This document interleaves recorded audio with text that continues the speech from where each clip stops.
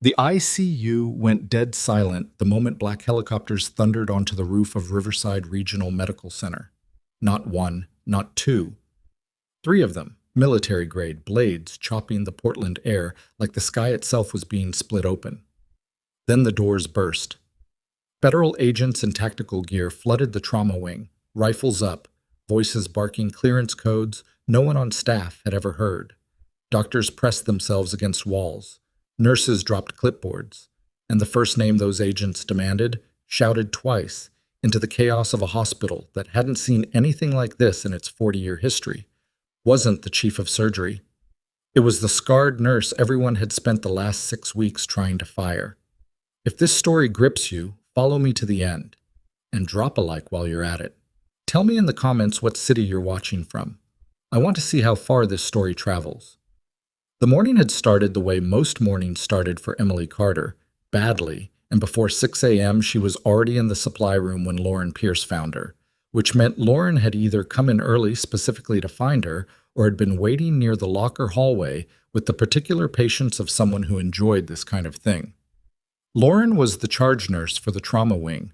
She had been at Riverside Regional for 11 years and carried herself like the building had been constructed around her personally. "You pulled a double yesterday," Lauren said. It wasn't a question. Marquez called out sick. Emily didn't look up. She was restocking saline bags with the kind of focus that came from doing it 10,000 times, muscle memory carrying her hands while her brain stayed somewhere quieter. "I didn't authorize overtime." The board was full. Bed 4 was a multi-system trauma, Bed 7 had a GI bleed actively bleeding, and Bed 2 was a pediatric head injury. What exactly was I supposed to do? Lauren stepped closer. "You were supposed to call the supervisor on duty." "I did. Twice. Nobody picked up." A pause. Emily finished the saline and started on the bandage cart, not because she needed to, but because she needed something to do with her hands that wasn't looking at Lauren Pierce. "I've noted it in your file," Lauren said finally. "Insubordination. Failure to follow protocol." Emily turned around then. The burn scars on the left side of her face caught the fluorescent light the way they always did. A topographic map of something that had clearly been catastrophic, the skin grafted in places, smoother in others, pulling slightly at the corner of her eye. She had learned a long time ago not to reach up and cover it. She had learned a lot of things a long time ago. "Noted," Emily said. That was it. That was all she gave. Lauren had been expecting something more, a protest. A tremor in the voice, some small surrender that she could carry back to her office and file alongside the other things she'd collected. She left without saying anything else, which somehow felt worse than if she'd escalated. Emily exhaled once, turned back to the cart, and kept working. By 7:30, the trauma wing was already running hot. That was the thing about Riverside Regional that nobody told you during orientation. The building itself was fine. A mid-sized Level 2 trauma center with decent equipment and a staff that mostly knew what it was doing. The problem wasn't the building. The problem was the hierarchy, which had calcified over years into something that rewarded confidence over competence and punished anyone who didn't perform the right kind of deference to the right people. Dr. Victor Kane was at the top of that hierarchy, and he had opinions about nurses. He was in his mid-40s, board-certified in trauma surgery, and genuinely skilled in the ways that mattered most when a body was opened on a table. Emily would give him that. He was fast, his sutures were clean, and he didn't rattle in the moments when rattling cost lives. She respected the surgeon. The man was another calculation entirely. She was pushing a medication cart past Bay 3 when his voice cut across the wing. "Carter!" Not a greeting, a summons. She stopped. He was standing at the nursing station, chart in hand, with 2 residents flanking him like they weren't sure whether to look at him or away from him. "This order." He held the chart toward her without moving. She walked to him and took it. "You flagged it." The dilaudid dose was double-entered. Patient in Bay 3 is 62 kilos, and the order read 4 milligrams IV push.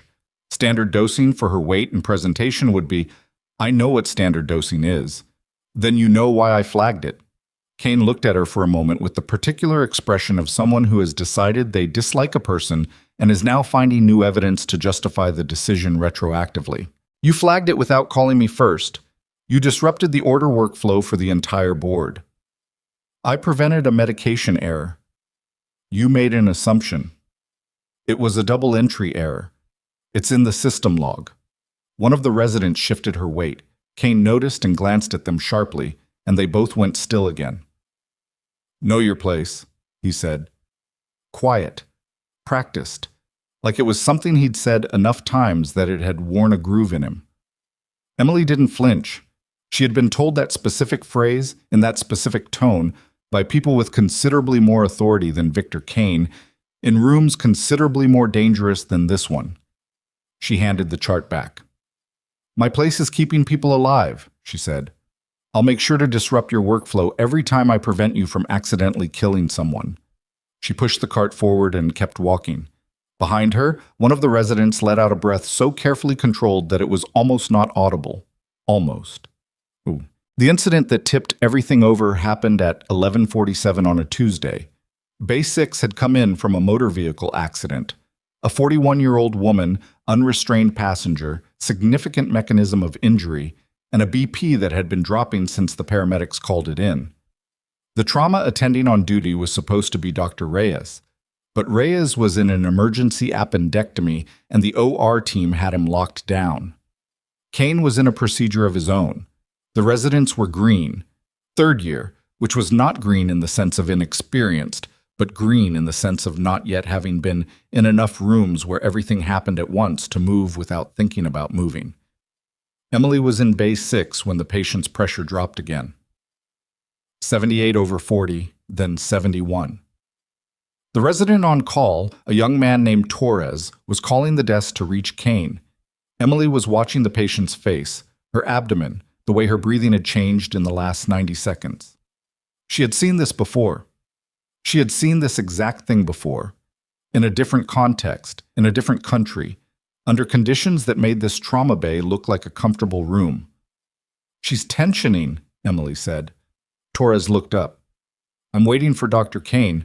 She's going to code in about 3 minutes. There isn't time.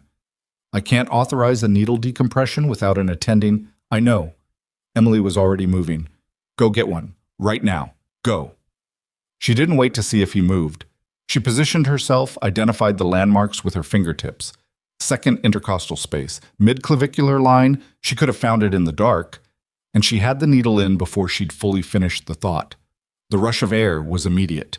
The patient's SATs, which had been falling, stopped falling. The BP climbed. The patient breathed. Torres came back with a PA from the next bay 30 seconds later. And by then the patient's color was returning and Emily was holding pressure and watching the monitor with the focused calm of someone who had run this exact calculation to its conclusion and found the answer she'd been looking for. The PA looked at the monitor, looked at the patient, looked at Emily. She tensioned?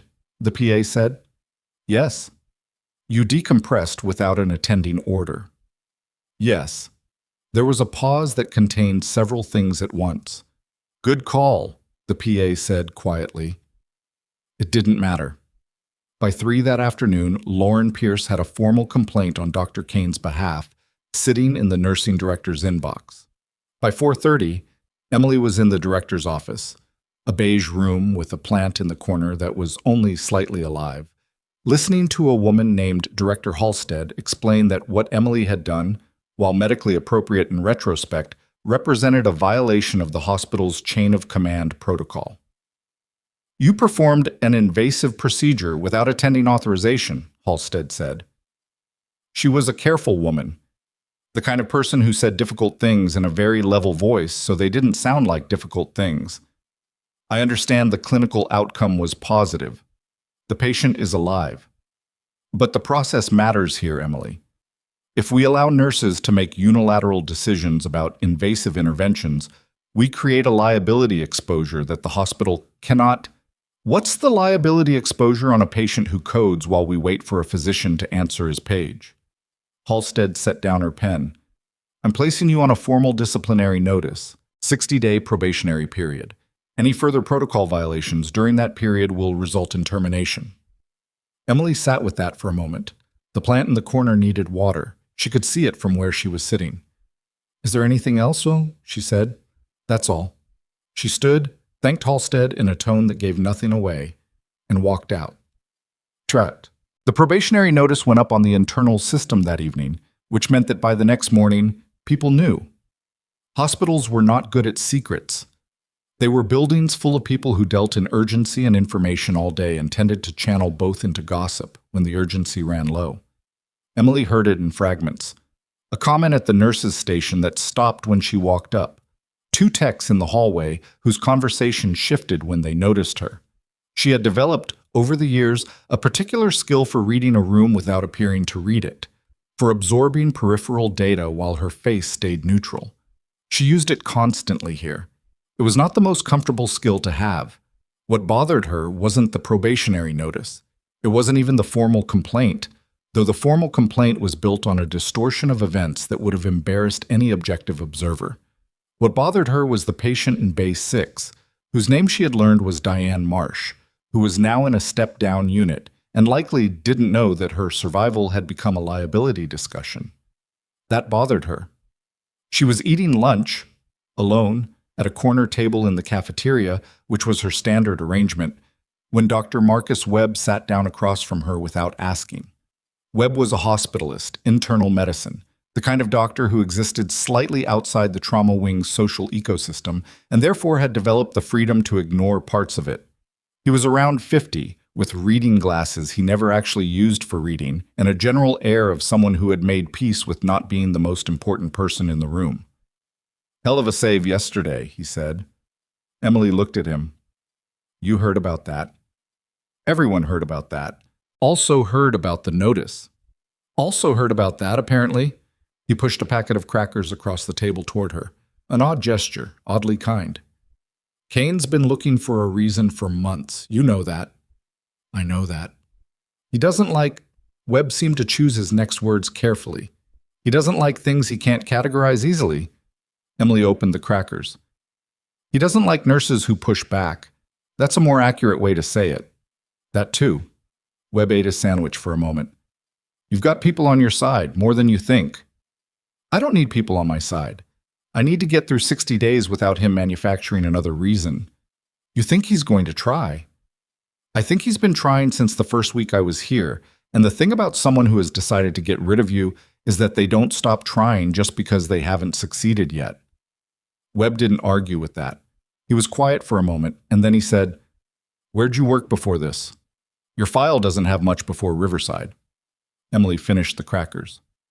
"Lots of places," she said, which was the answer she had given for years, and which was technically true in a way that declined to explain anything. Webb didn't push it. They sat in silence for a while, which was comfortable in the way that silence with someone who isn't demanding anything from you can be. The following 3 weeks moved the way slow disasters move, incrementally, with a grinding quality that was worse in some ways than a single catastrophic event because it required sustained endurance rather than a single burst of response. Lauren Pierce documented everything, every shift discrepancy, every moment Emily stepped even partially outside a rigid interpretation of protocol, every interaction with a resident or attending that could be characterized as overstepping. Emily responded by becoming extremely, almost aggressively precise. She documented everything in return, her own call times, her own entries, the exact chain of communication for every decision she made. She built a paper record that was nearly impossible to attack, which had the side effect of driving Lauren into a particular kind of frustrated aggression. "You're doing it again," Lauren said one morning, standing at the nursing station while Emily entered a note. "Doing what?" "That thing where you make everything into documentation." Emily looked up. "You put a formal complaint in my file for not documenting enough. I adjusted." "You're being deliberately difficult." "I'm being precise." Emily saved the note. "If that's difficult, maybe we should examine why." Lauren's face did something complicated. Emily had noticed, in the time she'd been here, that Lauren Pierce was not a simple villain. She was a person who had built her professional identity around a certain kind of order and had encountered in Emily something that didn't fit any of the categories she used to make sense of the world. That didn't excuse what Lauren did with that discomfort, but it made her more legible as a person. "You're not going to make it through 60 days, Lauren said. "Kane is going to find something." Emily returned to her station. Let him look. On the 34th day of her probation, Emily came in for a morning shift and found that her access badge had been flagged, a temporary system restriction that locked her out of the medication dispensing cabinet pending administrative review. She stood at the cabinet for 30 seconds, badge rejected, and then walked to the nursing director's office. Halstead was on the phone. She held up a finger. Emily waited. When Halstead hung up, Emily explained the badge restriction calmly, in the way she explained most things. There was a medication discrepancy flag in the system, Halstead said. We're reviewing it. What discrepancy? A count mismatch in the controlled substance log from the overnight shift. I wasn't on overnight shift. Halstead opened her computer. A long pause. You were logged into the system during the overnight window. I was completing notes from my evening shift. I was in the building until around 2300, which I can verify with my badge entry record. I did not access the medication cabinet after my shift ended, which the cabinet log will also confirm. Another pause. This is standard procedure when a flag generates. I understand the procedure. I'm telling you the flag is wrong. I'd like the cabinet log pulled so we can confirm that, clear my access, and move forward. Halstead looked at her in a way that suggested the conversation was more complicated than either of them was saying out loud. I'll have IT review it today, she said. Thank you. Emily stood. I'll be on the floor, with limited ability to do my job, but on the floor. The badge restriction was lifted by noon. No one said anything about it. No apology, no formal acknowledgement that the flag had been incorrect. Emily's access was simply restored, the way things were sometimes simply restored without explanation when they could not sustain their own justification. But that evening, outside the locker room, two nurses she knew only slightly stopped talking when she walked past, and one of them glanced at her with an expression that was not hostility, but was something close to it, something that said a story had been circulating that positioned Emily as someone to be suspicious of. She drove home, sat in her apartment for an hour without turning on the lights, and ate something out of a container she didn't taste. Then she went to sleep because tomorrow was a shift, and the people in those beds needed the person who showed up rested. The 38th day of her probation started normally and then stopped being normal at 1422. Emily was in the middle of a wound assessment on a post-surgical patient in Bay 9 when every television in the waiting area, she could see them through the glass, cut to a breaking news banner. She registered it peripherally but didn't stop working until her patient asked her something that required an answer, and when she looked up again, the news cameras were showing aerial footage of the highway outside Portland. A convoy of vehicles, she noticed, armored, moving fast. Then her pager went off. Then the overhead PA came on, which it almost never did for anything that wasn't a fire drill. Attention all trauma staff. Prepare to receive a critical priority patient. This is a code alpha. Clear Trauma Bay 1 immediately. Repeat, clear Trauma Bay 1. Code Alpha was not a designation Emily had encountered at Riverside Regional in the months she'd been there. She saw, from the way the other nurses on her floor were looking at each other, that they hadn't either. She knew what it meant. She had worked in places where that designation or something like it existed, and it meant the patient coming through the doors was not a civilian emergency. She finished the wound assessment with 8 seconds of professional speed, secured her patient, and moved. The first black SUV pulled into the ambulance bay with its lights still running as Emily reached the main corridor, and behind it came 2 more, and then she heard it. The helicopters, thundering overhead, the sound shaking through the building's ventilation and making the lights in the corridor flicker once. 3 helicopters. Military grade. Military Atsam. She was moving toward Trauma Bay 1 when Lauren Pierce appeared at the end of the hall with her arms out. All non-essential personnel, back to your stations.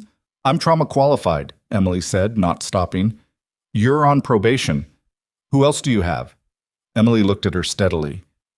Reyes is off-site. Kane is in the OR. Who's your trauma nurse for Bay 1 right now? A pause.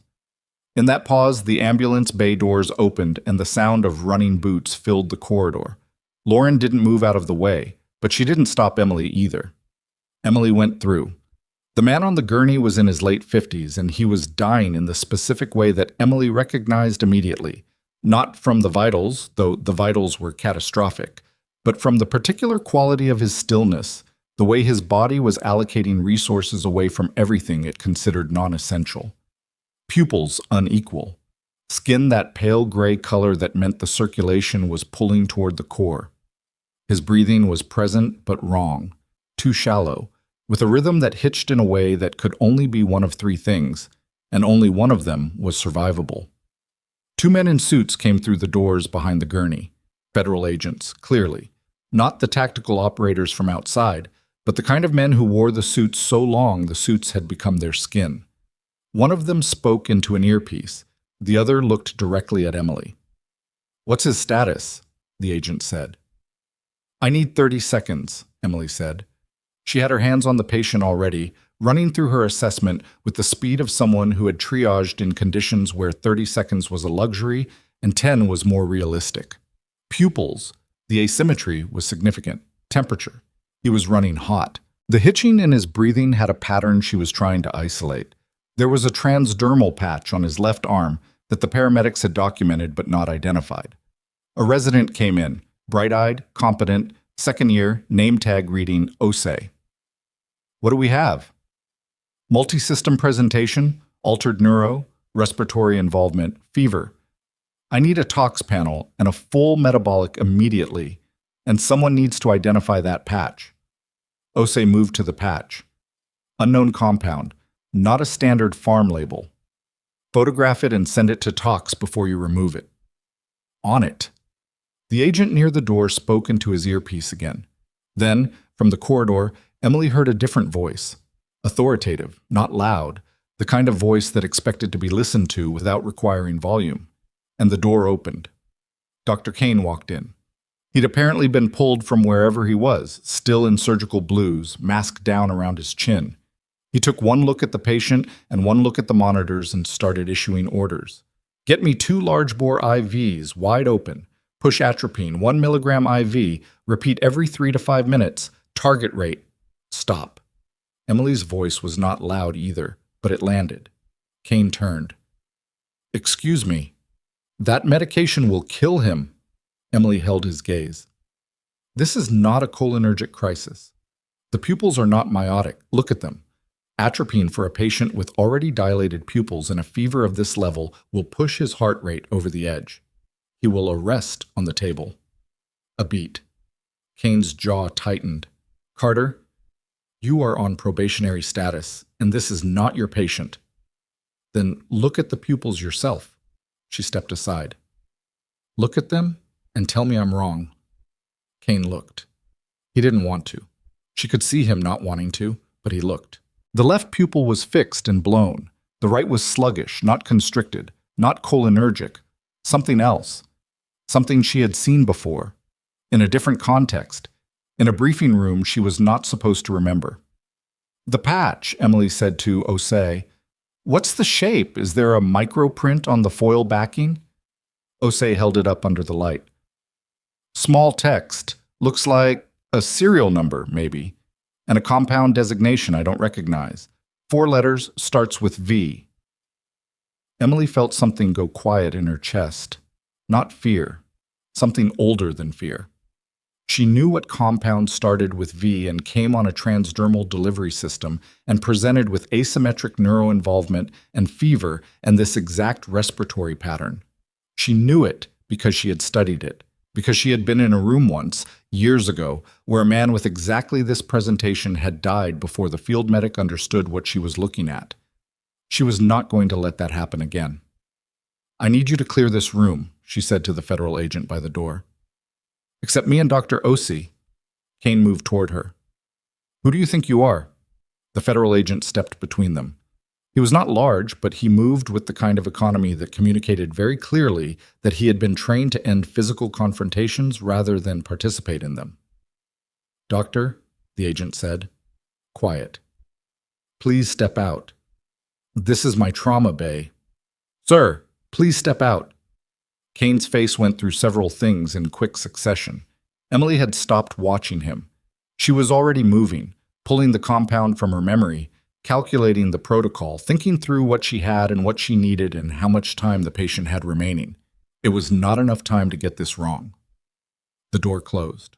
The room was quiet except for monitors and the sound of the helicopters on the roof, still running, blades still turning, as if they had not decided yet whether this was a place that deserved to remain operational.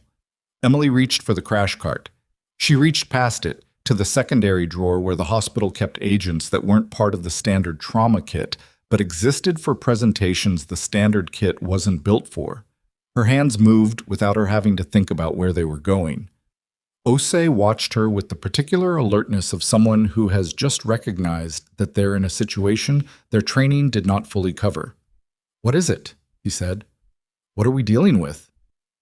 Emily drew up the first agent, checked the concentration, calculated the weight-based dose in her head.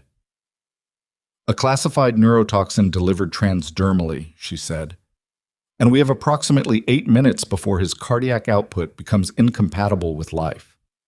She pushed the dose. The monitor's alarm changed pitch. Not better yet, but not worse, which was, at this precise moment, the best she could ask for.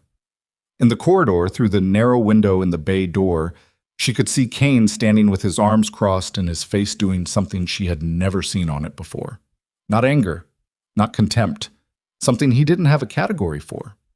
And behind him, just entering the corridor from the elevator bank, a man in a charcoal suit flanked by 4 agents who were not trying to look inconspicuous and weren't succeeding, moving with the focused purpose of someone who had come here specifically, who had known exactly where he needed to be. He stopped at the window. He looked through the glass at the patient on the table. Then he looked at Emily. And his face did something entirely different. Something that was not recognition exactly, but was the thing that lives just underneath recognition, the moment before a truth you have been carrying for years finally makes contact with the present moment. Emily turned back to her patient. She did not have time for whatever was about to happen in that hallway. She had a man to keep alive. She didn't look at the window again. The man in the charcoal suit could wait. The corridor full of federal agents could wait. Kane's expression, whatever it had become, could wait. None of it mattered in the next 8 minutes, which was the window she had given herself and which she was not going to waste on anything that wasn't the patient in front of her. The compound she was dealing with, the one starting with V, the one she had not spoken aloud because speaking it aloud in a civilian hospital would create a category of problem that would take longer to manage than the patient, was a synthetic neurotoxin developed for targeted delivery. Transdermal application meant slow absorption, which was both the reason the patient was still alive and the reason the intervention window was narrow in a specific way. The toxin was still moving, still metabolizing. The curve of its progression had a shape she could work with, but only if she was precise, only if she didn't make assumptions, and only if she treated this like the field situation it actually was, rather than the hospital situation it appeared to be. "Push normal saline wide open second line," she said to Osei. "I need to dilute the absorption rate while the antagonist takes hold." Osei was already moving. "BP is 64/40. I know, don't chase the pressure yet. If we vasopressor him before the antagonist has time to work, we'll cause a rebound we can't correct. That goes against—" "I know what it goes against." She adjusted the drip rate, watching the monitor with the focus of someone doing 3 calculations simultaneously. "I need you to trust me for 7 more minutes." Osei didn't say anything else. He moved to the second IV line and pushed the saline. The monitor continued its unhappy sound. Not better, not worse. Holding the line, which was what she needed it to do. Through the window, she was peripherally aware of movement. The man in the charcoal suit had stepped closer to the glass, the agents around him tightening their formation slightly, the way they did when the person they were protecting had moved in a direction they hadn't anticipated. She did not look. 5 minutes. The patient's breathing hitched again, harder this time, and Emily moved to the head of the bed and repositioned his airway manually. 2 fingers under the mandible, small adjustment, and the hitch smoothed. "Bag him if it happens again," she said. "Don't intubate yet. Intubation right now will trigger a vagal response, and his rate is already marginal." "Okay." Osei had found his rhythm. He was good. She had noticed that about him in the 30 seconds they'd had to work together, the way some residents were good in the sense of knowing what to do, and others were good in the sense of being able to follow someone who did. And Osei was the second kind right now, which was exactly what she needed. The fourth minute ticked over. The antagonist she had pushed was not a standard medication. It was not something that appeared on the hospital's regular formulary, and she was going to have to answer questions about how she had known where to find it in the secondary drawer, and those questions were going to open conversations she had spent years avoiding.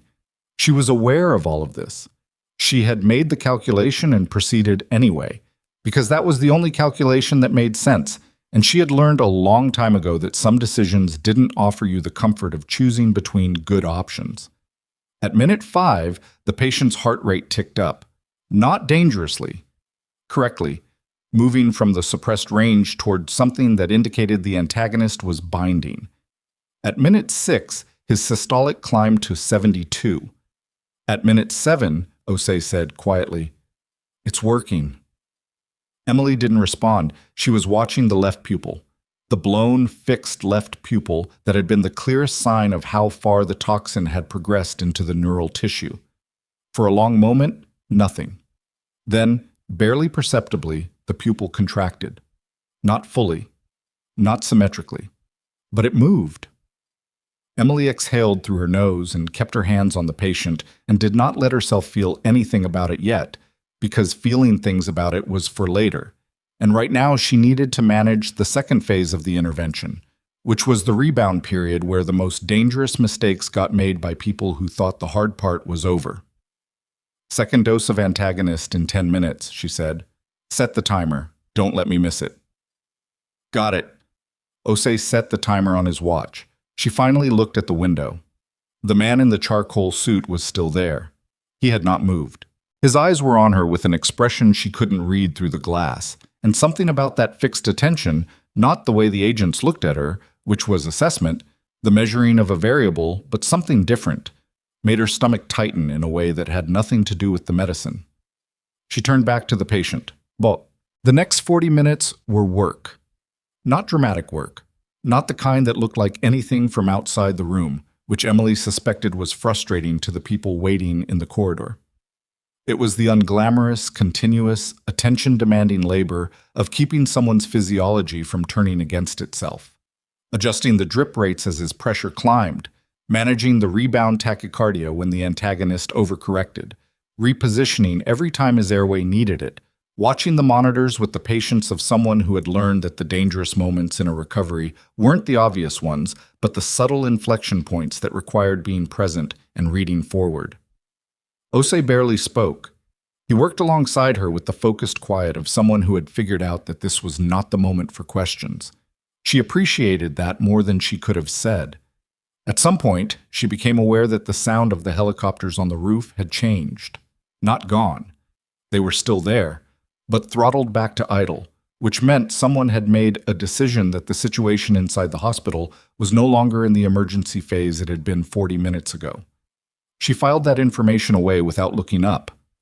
The patient, whose name she still did not know, which was a strange intimacy, working this hard to keep someone alive without knowing their name, opened his eyes at minute 32.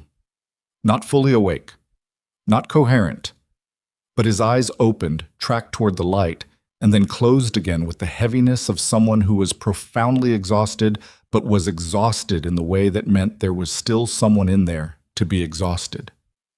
"Hey," Emily said quietly, close to his ear. "You're in a hospital. You're okay. Don't try to move." He didn't respond with words, but his right hand flexed once, slightly, and that was enough. She stood up and finally felt the full weight of the last 40 minutes, sitting across her shoulders. The door opened and the federal agent who had cleared Kane from the room came back in. Behind him, framed in the doorway, was a different agent, older, with the particular way of carrying herself that came from 2 decades of being the most prepared person in any room, who looked at the patient, then at the monitors, then at Emily. "He's stabilized," Emily said before anyone asked.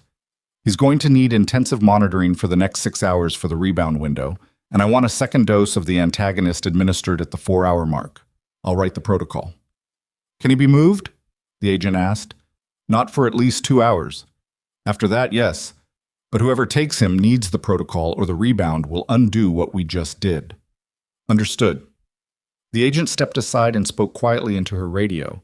Osei was writing notes with the energy of someone processing the last hour into a form he could hold in his hands. Emily watched him for a moment. "You did well," she said. He looked up. "I don't understand half of what just happened." "That's okay.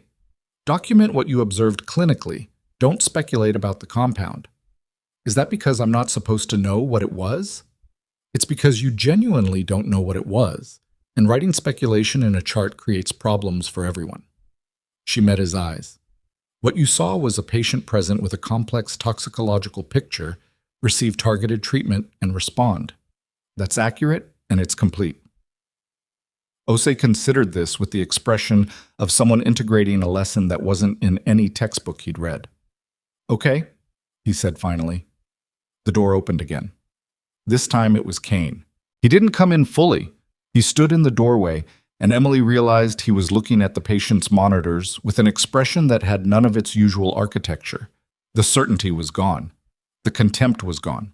What was left underneath was something rawer and less comfortable. The face of a man who had spent a long time being the authority in a room and had just watched someone do something he could not have done, using knowledge he did not have. He looked at Emily. "The medication you administered," he said. "Where did that come from?" "Secondary crash drawer, far left, bottom tier." "I've never seen that compound in our formulary." "No," Emily agreed. "You wouldn't have." A pause. Kane's jaw moved once, the way it did when he was recalibrating. "What would have happened if you hadn't been here?" She looked at him steadily. "You would have pushed the atropine. His heart rate would have exceeded 220. He would have arrested. He would not have come back." The silence that followed that statement was the particular quality of silence that fills a room when something true has been said that everyone in the room can recognize as true and no one is sure how to respond to. Kane left without saying anything else. In the corridor, things had shifted. The tactical operators who had come in with the initial convoy were positioned at both ends of the hallway now, not with weapons visible, but with the body language of people who had secured a perimeter and were maintaining it. The nursing staff who hadn't been cleared from the wing were clustered at the far end, visibly uncertain, watching everything with the expression of people who had arrived at work that morning expecting a Tuesday and had received something else entirely. Lauren Pierce was among them. Emily saw her as she came out of Bay 1, and Lauren saw Emily, and something passed between them in that look that was not the thing that had been passing between them for the last several weeks. It was something older and more fundamental. Lauren seeing Emily come out of a room she had just spent 40 minutes in, with a federal convoy's worth of attention focused on the door, and Lauren's face doing the math. Emily didn't stop. She had a protocol to write. She found an open workstation near the nursing station and started typing. The protocol was detailed: dose calculations, timing windows, the specific signs of rebound to watch for, the contraindications that would make the second dose dangerous rather than helpful. She wrote it the way she had learned to write field protocols, which meant assuming the person reading it might be competent but wouldn't have the context she had, and writing accordingly. She was halfway through when she heard the elevator arrive, and the corridor got quieter in the specific way that it gets quieter when someone with a significant amount of authority enters a space. She didn't turn around. She kept typing. Footsteps behind her, stopping. "You can finish that," said a voice. Male, mid-60s, the kind of voice that had given orders in large rooms for a long time. "I can wait." Emily kept typing for another 40 seconds, completed the section she was on, saved the document, and then turned around. The man in the charcoal suit was standing 3 feet away from her. Up close, he was thinner than he'd appeared through the glass, with the kind of thinness that comes from age and relentless schedule rather than anything chosen. His hair was mostly silver. His eyes were the gray-green of weather coming in from the coast, and they were fixed on her with an expression she had no clean category for. Behind him, his agents had arranged themselves in a loose arc, at a respectful distance that was not actually respectful. It was tactical, giving him space to have a conversation while keeping her visible from multiple angles. "I'm told," the man said, "that you just saved his life." "The patient is stable," Emily said. "He has a good chance of full recovery if the next 6 hours are managed correctly." "That's not what I said." She held his gaze. "I know what you said." Something shifted in his expression, not a smile exactly, Something in the neighborhood of recognition, or the thing that lives right next to recognition. How long have you been here? He said. At this hospital. 7 months. 7 months. He said it with a specific weight, like the number meant more to him than to her. Is there something I can help you with? Emily said. She kept her voice even. She was aware her pulse had picked up, which was inconvenient, but her voice didn't carry it. I have a protocol to complete and a patient who needs consistent monitoring. The protocol's important, he agreed, but I need a few minutes. Then you have a few minutes. He looked at her for a moment longer, and then he said something that she had not heard said to her in years, not by anyone in a civilian context, not by anyone who didn't have a specific clearance level and a specific reason for knowing it. He said her rank, not nurse, not just her name. Her rank, the one she had held before she had become Emily Carter, trauma nurse, Riverside Regional Medical Center, Portland, Oregon. She did not react visibly. She had trained for that too. There's a room down the hall, the man said. When you're ready. He left. His agents went with him, filing out with the practiced smoothness of men who did this constantly and had learned to make it look unremarkable. Emily turned back to the workstation. Her hands were steady. She finished the protocol, saved it, printed a copy, and left it at the nursing station with a note attached to the patient's file. Then she walked down the hall. The room they'd taken over was one of the small family consultation rooms. Beige walls, 3 chairs, a box of tissues on the table that no one ever used, the kind of space designed to hold bad news at a contained size. 3 of the agents were outside the door. One was inside, standing in the corner, doing the thing where you try to look like furniture. The man in the charcoal suit was sitting across the table. There was a folder in front of him, closed, and he had his hands flat on it, which Emily noted. She sat. For a moment, neither of them spoke. How is he really? The man said. Not the protocol. Not what you'd tell another physician. He'll have some motor nerve effects for a few weeks, possibly persistent tremor in the left hand. That's where the worst of the neural involvement was. Cognitive function should return to baseline. The window we caught it in was close. She paused. If he'd been anywhere other than a level 2 trauma center, the outcome would have been different. He wouldn't have survived a transport to the next facility. No. The man opened the folder. He turned it toward her. The document inside had a header she recognized, a specific government seal, a specific classification marking. And she sat with that for a moment, the way you sit with something that has just changed the shape of the day. We've been looking for you for 14 months, he said. I wasn't hiding. You were very effectively not being found. That's different. Emily looked at the document without touching it. I left. That was my choice to make. No one contested that. Someone is contesting it now. He leaned back in his chair. You left the program voluntarily after the incident in... He stopped himself, glanced at the agent in the corner, and redirected. After your last deployment. You declined the medical discharge. You declined the commendation process. You relocated and resumed civilian practice under your own name, which is your right. But the man in that trauma bay is someone who made it his business to know where the people who saved his life ended up. And 14 months ago, when he was given this assignment, he asked us to locate you. Emily looked at the closed half of the folder. What assignment? That, the man said, is what I need to talk to you about. She didn't say anything. She had learned over years that silence was a more honest response than premature words, and that the people who filled silence with noise usually did so because they were uncomfortable with what the silence contained. The compound used on him today, the man continued. You recognized it. Yes. How? A briefing, several years ago. She kept her voice neutral.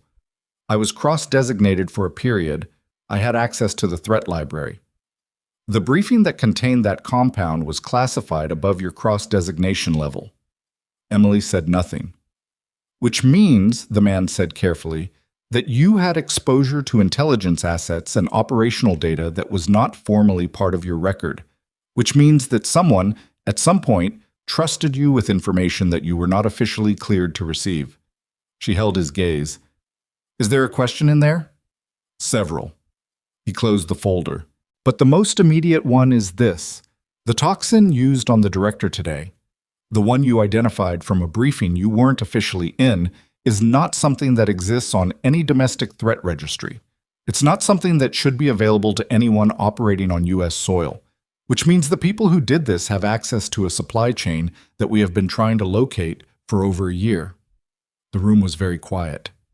And you think I know something about the supply chain, Emily said. I think you may have seen something during a deployment or a cross-designation that connects. Something you may not have recognized as significant at the time. He paused. I think we need to have a longer conversation. Emily sat back.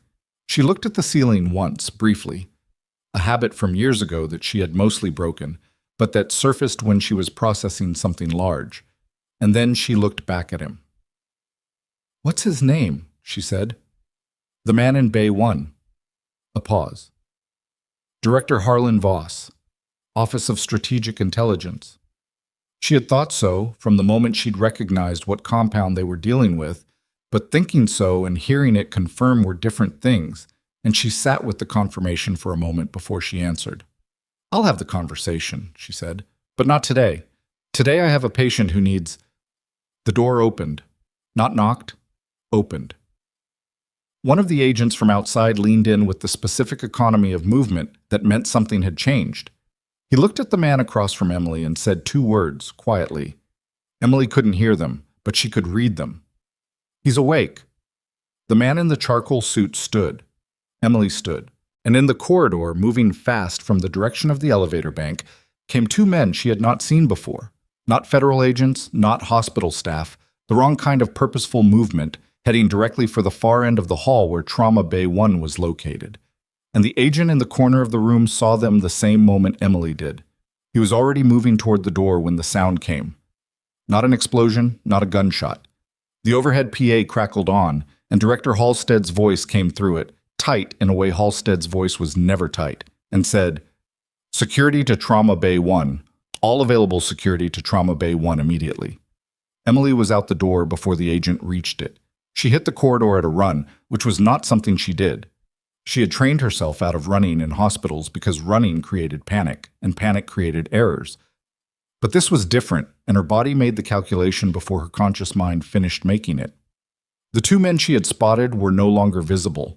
That was worse than if they'd still been moving. People who are trying to reach something move. People who have reached it stop. The agent from the consultation room was 6 feet behind her, speaking into his radio in the clipped, abbreviated language of someone relaying information faster than normal speech allows. She didn't wait for him to catch up. Trauma Bay 1 was 30 meters down the corridor and the door was closed, which was wrong. The protocol she had written required the door to stay on a partial latch for monitoring access. Closed meant someone had closed it deliberately, from the inside, which meant she pushed through. The 2 men were in the room. One was at the IV stand, his hand on the primary line, not pulling it, not yet, but positioned. The other was closer to the head of the bed, and what he had in his hand was small and flat and looked like nothing if you didn't know what you were looking at, and Emily knew exactly what she was looking at. A secondary transdermal patch. Same compound. Second dose. Delivered now, on top of the antagonist she had spent 40 minutes building up in his system, would not be a poisoning. It would be a precise kill, calibrated to look like a treatment failure. Don't, Emily said. Both men turned. The one at the IV line moved first, not toward her but toward the patient, and she covered the distance in 2 steps and got her arm between his hand and the port, which was not a clean or elegant thing to do, and she felt the impact in her elbow when his knuckle caught the line, but the port stayed clear. The agent from the corridor came through the door. Then 2 more agents came through the window, which was on the 3rd floor, which meant they had come off the roof, which meant the helicopters had not been idling, they had been repositioning. And the room collapsed into the controlled violence of a professional takedown, which took 11 seconds and left both men on the floor with their hands secured and the IV stand on its side, and the monitor alarm screaming because the line had been jostled enough to drop the reading. Emily reset the IV line. She checked the port. Intact. She checked the patient's arm where the port was seated. Fine. Director Voss was awake. Not fully. His eyes were open and tracking, which was more than they had been 30 minutes ago, but his focus was loose and his color was still not right. He looked at the ceiling, then at Emily, with the confused effort of someone trying to assemble context from incomplete pieces. "You're okay," she said. "Lie still."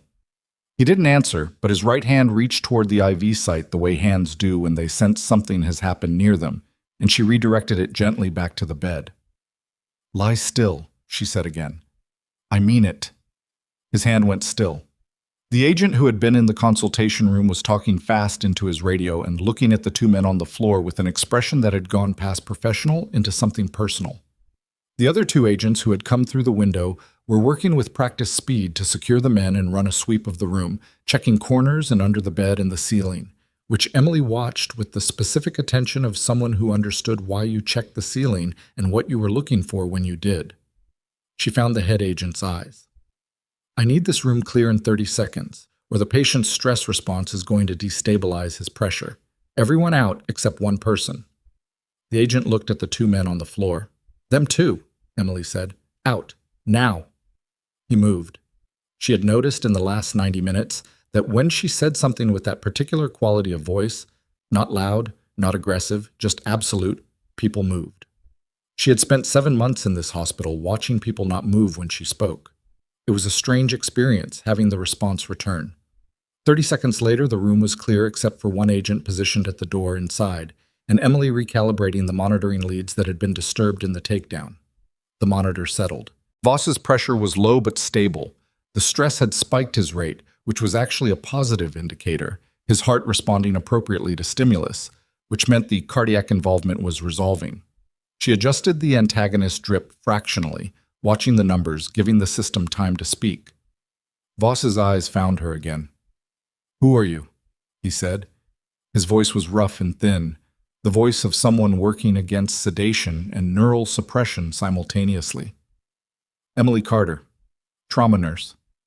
He looked at her for a long moment. Something moved in his eyes. Not confusion, but the opposite of confusion, the look of a person arriving at a recognition they weren't ready to have. "No," he said. It came out barely above a breath. "You're not."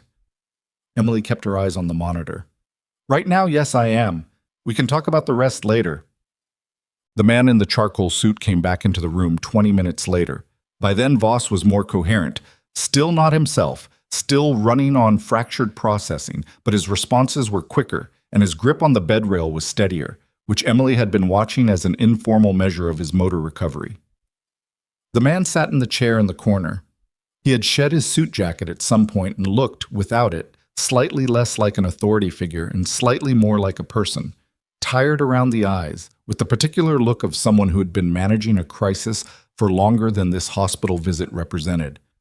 "The two men have been identified," he said to Emily without preamble. "Contractors, domestic. We don't have the principal yet." "Someone knew he was being treated here." "Yes."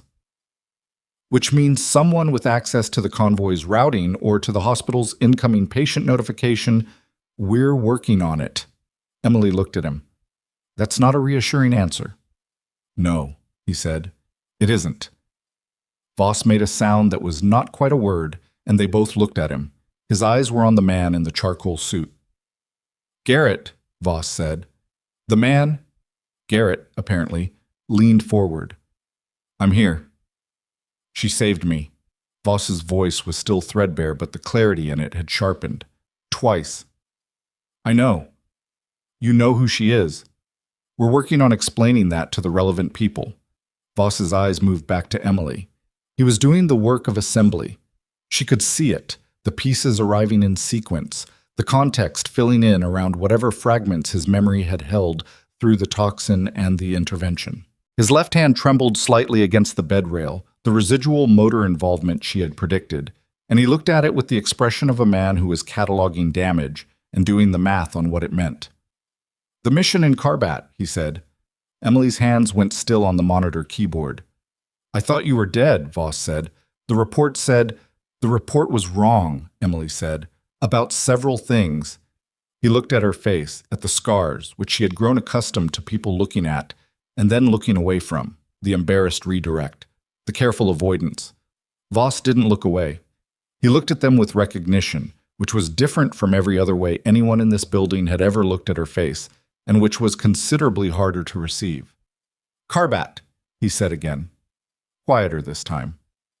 "Different conversation," she said. "For when you're not on a neurotoxin antagonist."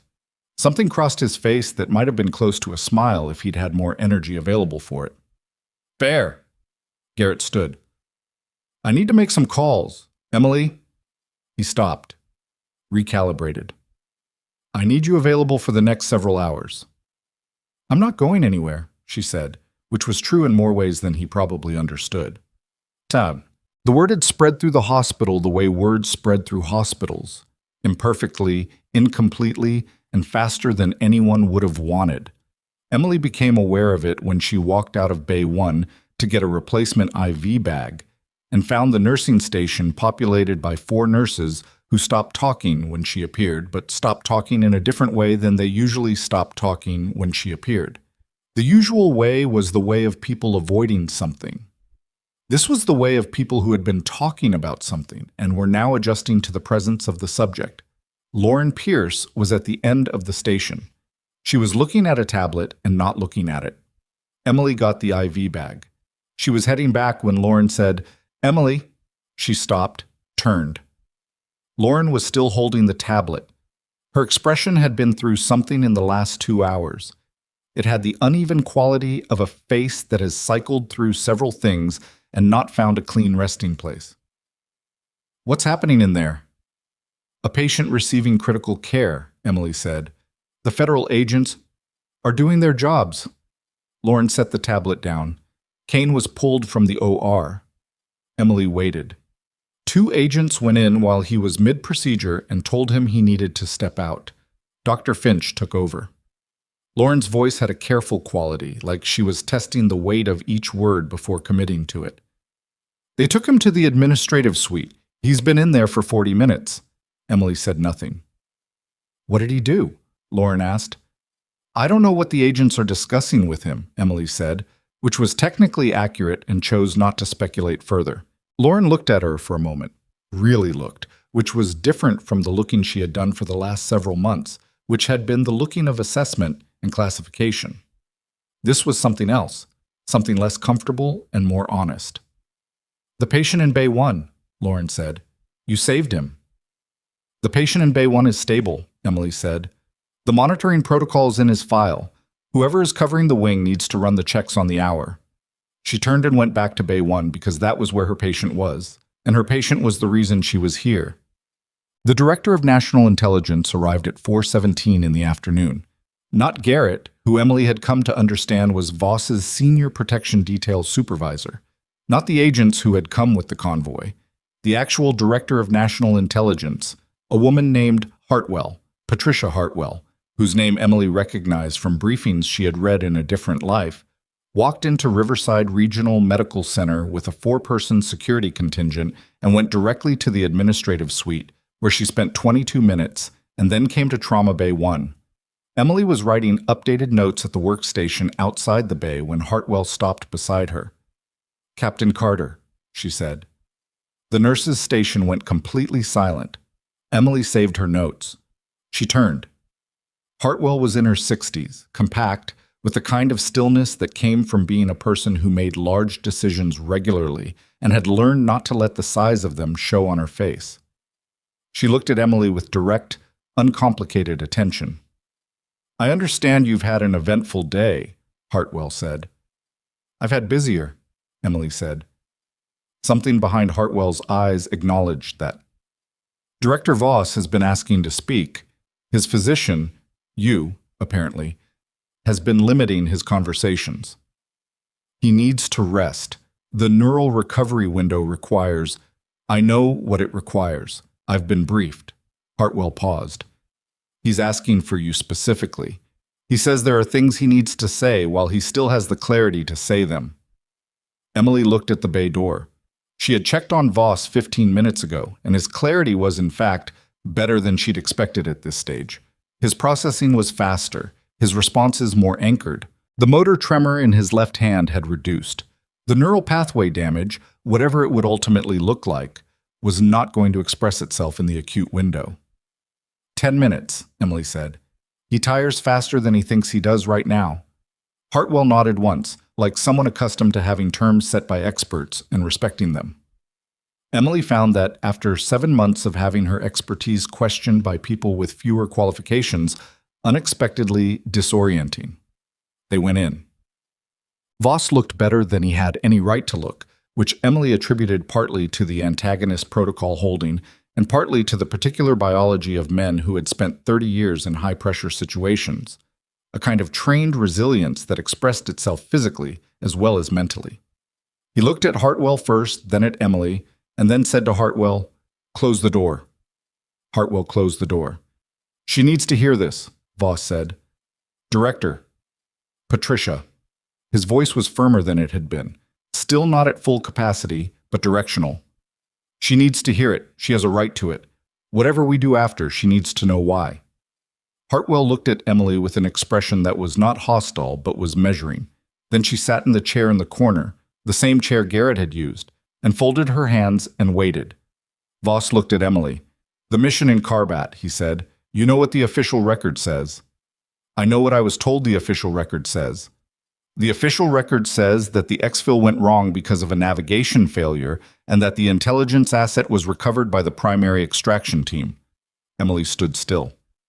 "The official record," Voss continued, "does not mention the medic who held a firing position for 40 minutes to cover the asset's extraction, who took a direct incendiary hit to prevent the asset from being exposed, who was listed as non-recovered because the team leader made a judgment call that she was dead." The room was very quiet. "The asset," Voss said, "was me."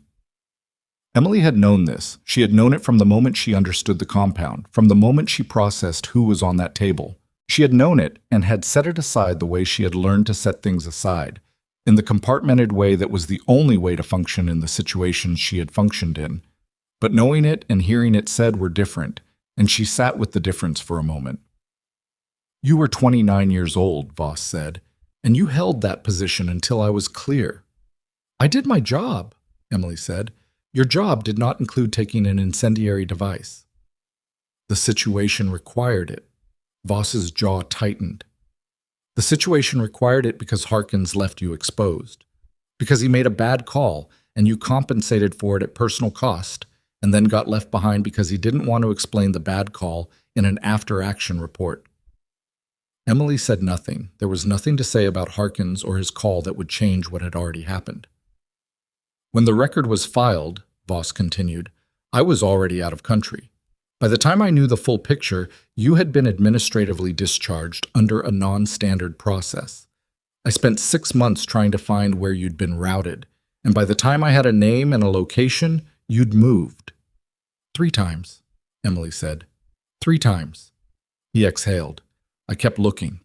It mattered to me that you were alive, that you knew, that someone said directly to you, that what you did wasn't left unrecorded, that someone with the authority to say it actually said it."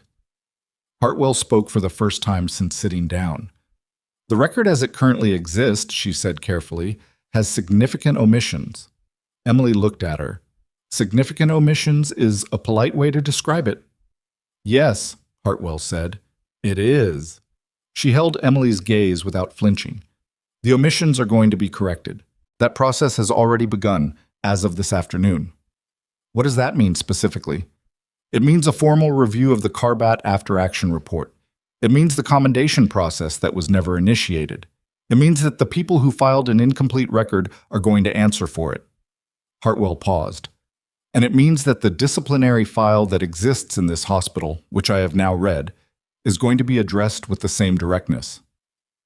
Emily felt something shift in the room, or maybe in her, some weight redistributing itself, not gone, but differently carried. She had not expected this conversation today. She had not expected any of this today. She had come to work for a Tuesday shift, and a patient's life had arrived in her trauma bay and pulled the past into the present with a force she hadn't had time to prepare for. "The 2 men who came into this room," she said, "the second attempt." "In custody," Hartwell said. "The principal we're identifying, it's connected to what I was going to discuss with you before the situation escalated." "The supply chain." "Yes." Voss's eyes moved between them. She already knows about the compound, he said to Hartwell. I know. Hartwell looked at Emily. Which is part of what I need to understand. Not because I doubt you. I think you've demonstrated your positioning very clearly today. But because the briefing that contained that compound's profile was compartmented at a level that your official record doesn't reflect. My official record, Emily said, has significant omissions. Hartwell's mouth curved very slightly at the edges. Yes, it does. A knock at the bay door. Garrett opened it without waiting, his prerogative, apparently, in any room where Voss was located, and looked at Hartwell. He didn't speak. He held up his phone. Hartwell stood immediately. The ease with which she had been sitting disappeared and was replaced by the bearing of someone shifting into operational mode. We need 5 more minutes, she said to Emily. She looked at Garrett. Tell them 5 minutes. Garrett nodded and closed the door. Hartwell looked at Emily. There's something in the hospital that we need your help with, not a medical situation, an information problem. Emily waited. The person who routed those 2 contractors here, they had access to information that was only available to a small number of people. The routing, the compound identification, the timing. Hartwell paused. The timing specifically, the window between when the convoy arrived and when the secondary attempt was made, was too short for an outside actor to organize. It was someone inside the hospital, someone who knew the patient was here, who understood the treatment window, and who made a call in the first 40 minutes. The number 40 landed in the room. 40 minutes. The exact window Emily had spent in Bay 1, with the door closed, with limited personnel running the intervention. 40 minutes during which the people who had known the patient's status were a very specific list. The agents are reviewing the security footage, Hartwell said, but there was a gap. Someone cut the feed for Bay 1 during a 12-minute window. Emily thought about the medication cart, the secondary crash drawer, the compound that shouldn't have been in the hospital's formulary. The question Kane had asked, where did that come from? Which she had answered but which now felt differently shaped. How long has that secondary drawer been stocked? She said. Hartwell looked at her sharply. What do you mean? The compound I used, the antagonist. It shouldn't be in a level 2 trauma center's formulary. I found it in the secondary drawer of the crash cart. I assumed it was a holdover from a previous administration or a training stock item. She paused. But if someone knew the patient was going to be brought here, they may have pre-positioned the antagonist. Or, Emily said, because the thought was arriving as she said it, and it was a worse thought than the first one, they pre-positioned both. The room was silent. If someone put the antagonist there, Emily continued, her voice steady despite what the implication meant, it wasn't to help him. It was to make sure the right person found it. The person who would know what it was, know what to do with it, and proceed without waiting for authorization, removing everyone else from the room in the process. Hartwell's face had gone very still. Which means the intervention wasn't intercepted, Emily said. It was anticipated. You're saying someone arranged for you to be the one treating him. I'm saying someone may have arranged for the situation to require exactly the kind of response I would give. Someone who knew what I knew. Someone who knew what my background was. She looked at Hartwell directly. Someone who knew where I was and why that mattered, long before you did. Hartwell was quiet for 3 seconds. A long time for her. Then she said, the formal review of your record. The commendation process Voss requested. The initial paperwork was filed 14 months ago. You said that. I said he asked us to locate you 14 months ago. Hartwell held her gaze. I didn't say the paperwork to initiate the review was filed then. The paperwork was filed 6 weeks ago. 6 weeks ago. 38 days before Emily's probationary notice. 38 days before a specific sequence of events had begun to unfold inside Riverside Regional Medical Center that had positioned Emily Carter, scarred trauma nurse, on disciplinary probation in exactly the right place at exactly the right time. Emily sat with that. Outside the bay, through the small corridor window, she could see the nursing station. She could see Lauren Pierce at the far end, still holding the tablet she had been holding an hour ago. She could see, further down, 2 of the federal agents standing with their hands clasped and their attention on the administrative suite at the corridor's end, where Kane had been taken 40 minutes ago and had not yet emerged. And standing just outside the administrative suite's closed door, not in the posture of someone waiting to leave, but in the posture of someone positioned, was a figure she had seen around the hospital for the last 6 weeks. A man she knew as a pharmaceutical compliance auditor who had been cycling through department reviews since mid-June. A man who had been in every wing of this hospital. A man who had, she now recalled with a sharp and specific clarity, been in the supply room 3 weeks ago when she had come in early and found Lauren Pierce waiting for her. Standing at the back of the supply room, near the medication storage area, with a clipboard and a practiced air of administrative routine that she had cataloged and filed and not thought about again until this moment. Emily stood up. "The compliance auditor," she said, "the one doing the pharmaceutical review. Who authorized his access?" Hartwell turned toward the window. The man was gone. The door to the administrative suite was open. Not the way a door is open when someone exits normally, but the way a door is open when someone exits quickly, leaving the latch to catch on its own, and the corridor beyond it was empty in a direction it had not been empty 2 minutes ago. Garrett's radio crackled from the other side of the bay door. Then the overhead PA came on for the second time that day, and this time it wasn't Halstead's voice. It was the hospital security system, automated, triggered by a sensor somewhere in the building. Unauthorized access detected, restricted area breach, Level B pharmacy storage. All security personnel respond. Emily was already at the door. The pharmacy was on the building's lower level, accessible from the main corridor by a stairwell that most staff used and by a service elevator that most staff didn't. And Emily went for the stairwell because it was faster and because she had spent 7 months in this building learning its geometry the way she had always learned buildings, exits, choke points, the places where movement funneled. Garrett was behind her, already on his radio. 2 of his agents peeled off toward the service elevator. The corridor behind her was controlled chaos. Nurses pressing to the walls, a security guard running from the wrong direction, the overhead PA repeating its automated alert in the patient, uninflected tone of a system that didn't understand what it was announcing. She hit the stairwell door and went down.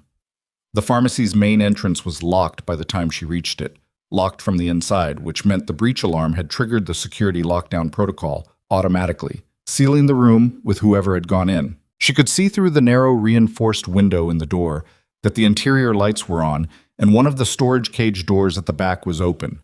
Garrett reached her 8 seconds later, breathing harder than she was, which she noted without comment. "My people are at the service entrance," he said into his radio. Then to Emily, "Step back." She stepped back. The agents who came down the service corridor had the door open in 40 seconds. Not forced, keyed, which meant they had the hospital's master access on them, which meant someone had thought to acquire that in the initial convoy setup, which was thorough in a way she noted and respected. They went in. The compliance auditor was at the back of the pharmacy, at the controlled substance cage, and he had not heard them come in because he had been moving fast, and people moving fast make noise and rely on the noise they're making to cover the noise around them. He had a bag, a standard pharmaceutical transport bag, insulated, the kind that looked unremarkable in a hospital setting.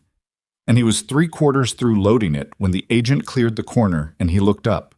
He didn't run. Emily had half expected him to run because people in that position usually made one of 2 decisions, and flight was the more common one. Instead, he went still, which was the decision of someone who had made a calculation and arrived at the conclusion that there was no version of running that ended better than where he currently was. "Put the bag down," Garrett said. The man put the bag down. His face was composed in a way that was almost convincing. The practiced neutrality of someone who had rehearsed this moment, who had considered what it would look like and decided that calm was the appropriate register. But his hands, when he released the bag, had a small tremor that the rest of him didn't. Emily looked at the bag, then at the open cage, the cage that housed the hospital's reserve stock of high-schedule compounds, the ones that required dual-key access and paper logging and a pharmacist's signature for every removal. "What's in the bag?" she said. He looked at her. His eyes moved to her face, to the scars, and did the thing she was used to eyes doing, the involuntary catalog, the half-second of processing before redirecting. Then he looked at Garrett instead. "I want a lawyer," he said. "You'll get one," Garrett said, "after we've secured what's in the bag." It took 4 hours to unpack what the compliance auditor, whose real name was not the name on his hospital access credentials, which had been a very good forgery, had been doing inside Riverside Regional for 6 weeks. Emily was not part of that unpacking.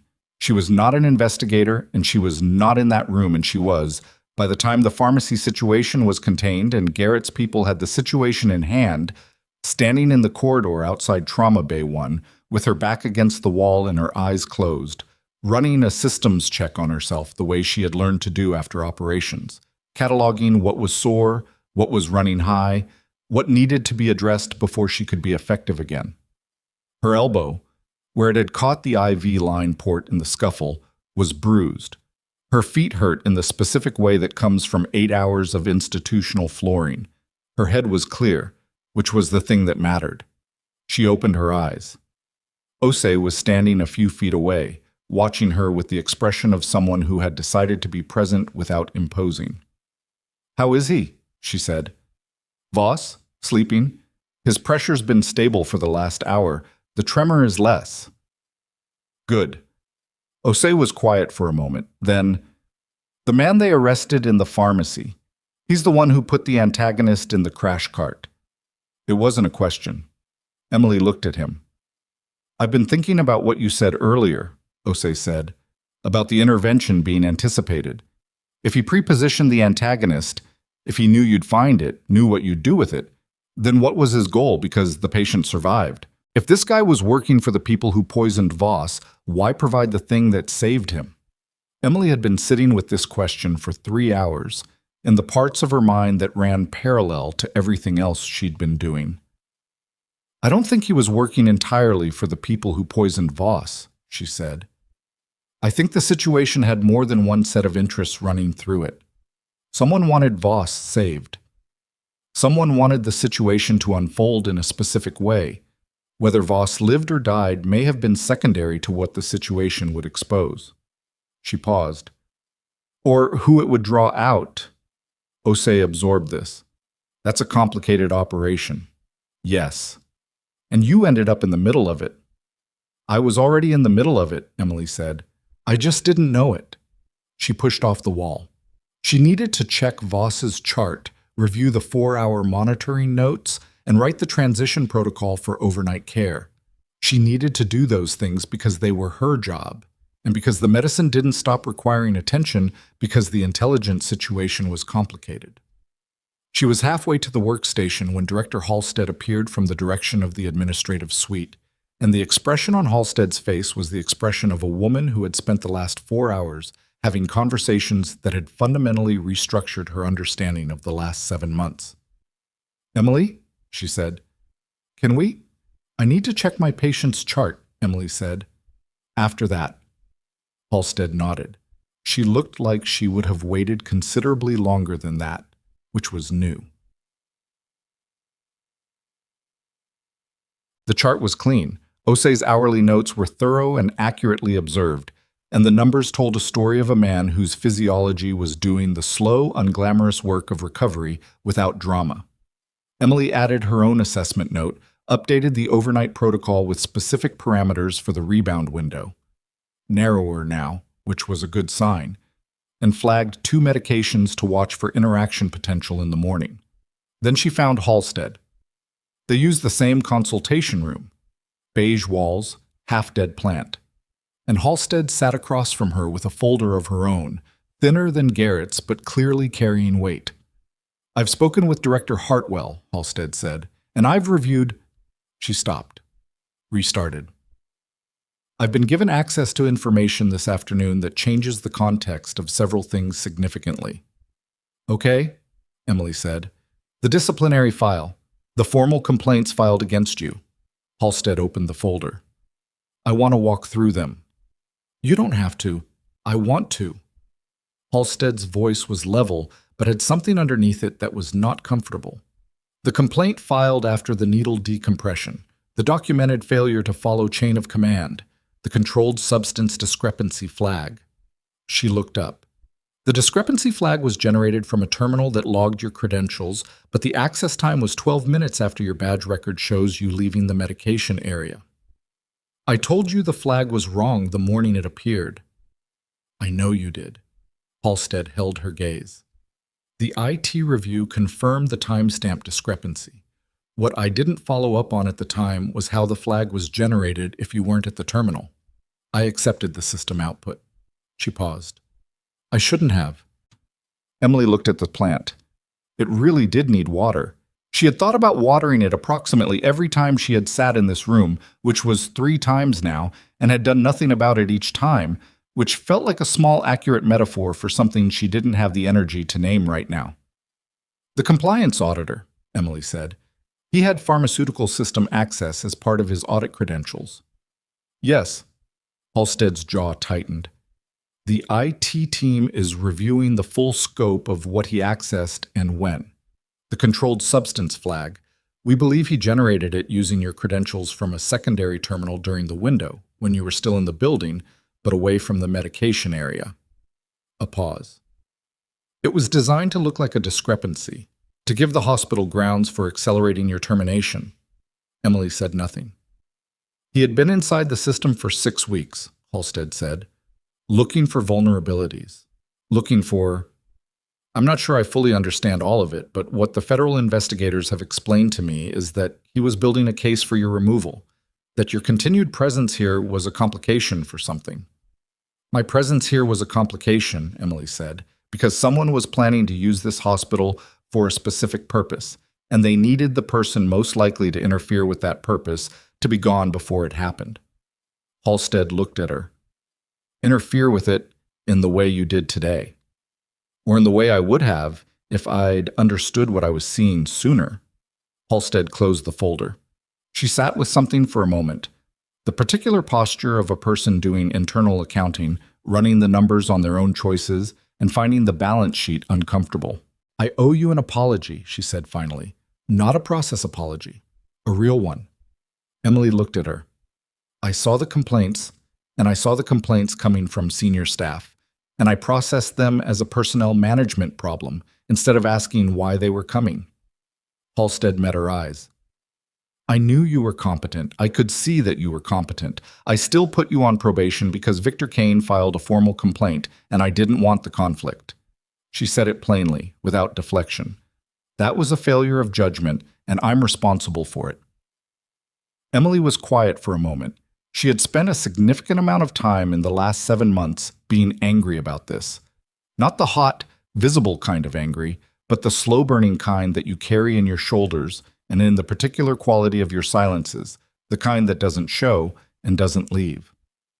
I appreciate that, she said, which was what she had. Halstead nodded. She didn't ask for more, which was the right instinct. Dr. Kane, Halstead said, I think you should know what's happening. What was happening with Dr. Kane occupied the next section of the day in ways that Emily observed from a careful distance. The federal investigators had spent 40 minutes with him in the administrative suite, which she knew because the suite's door had been closed for 40 minutes, and 2 agents had been stationed outside it. When Kane emerged, he looked diminished in a way that was distinct from tired or stressed. The specific diminishment of someone who has been in a room where the full weight of their actions has been laid out and measured and found to be exactly as heavy as it is. He walked past the nursing station without looking at anyone. Emily was at the workstation updating a chart when he passed, and she looked up because she heard his footsteps and the particular quality of how they fell. Slower than usual, more deliberate, like someone managing the act of walking. He stopped. He was looking at the floor. Then he looked at her. They showed me the footage, he said, from Bay 1. The 2 men who came in. Emily waited. If you hadn't been in that room. He stopped. His jaw worked for a moment, the way it did when he was recalibrating, but this time the recalibration seemed to be happening at a different level than she had seen before. I would have pushed the atropine, and then they would have come in and... He stopped again. The patient would have been dead before they arrived, Emily said. So the second attempt would have been unnecessary. Kane looked at her. Something in his face was doing something complicated. the dismantling of a structure that had been in place for a long time and that had, in its own way, worked for him until today. The things I said to you, he said, the things I allowed, Dr. Kane. She kept her voice even. I don't need this right now. I know you don't. I'm saying it anyway because it needs to be said, and I'm trying to say it before I lose the nerve. He held her gaze. I was wrong. About you. About the situation.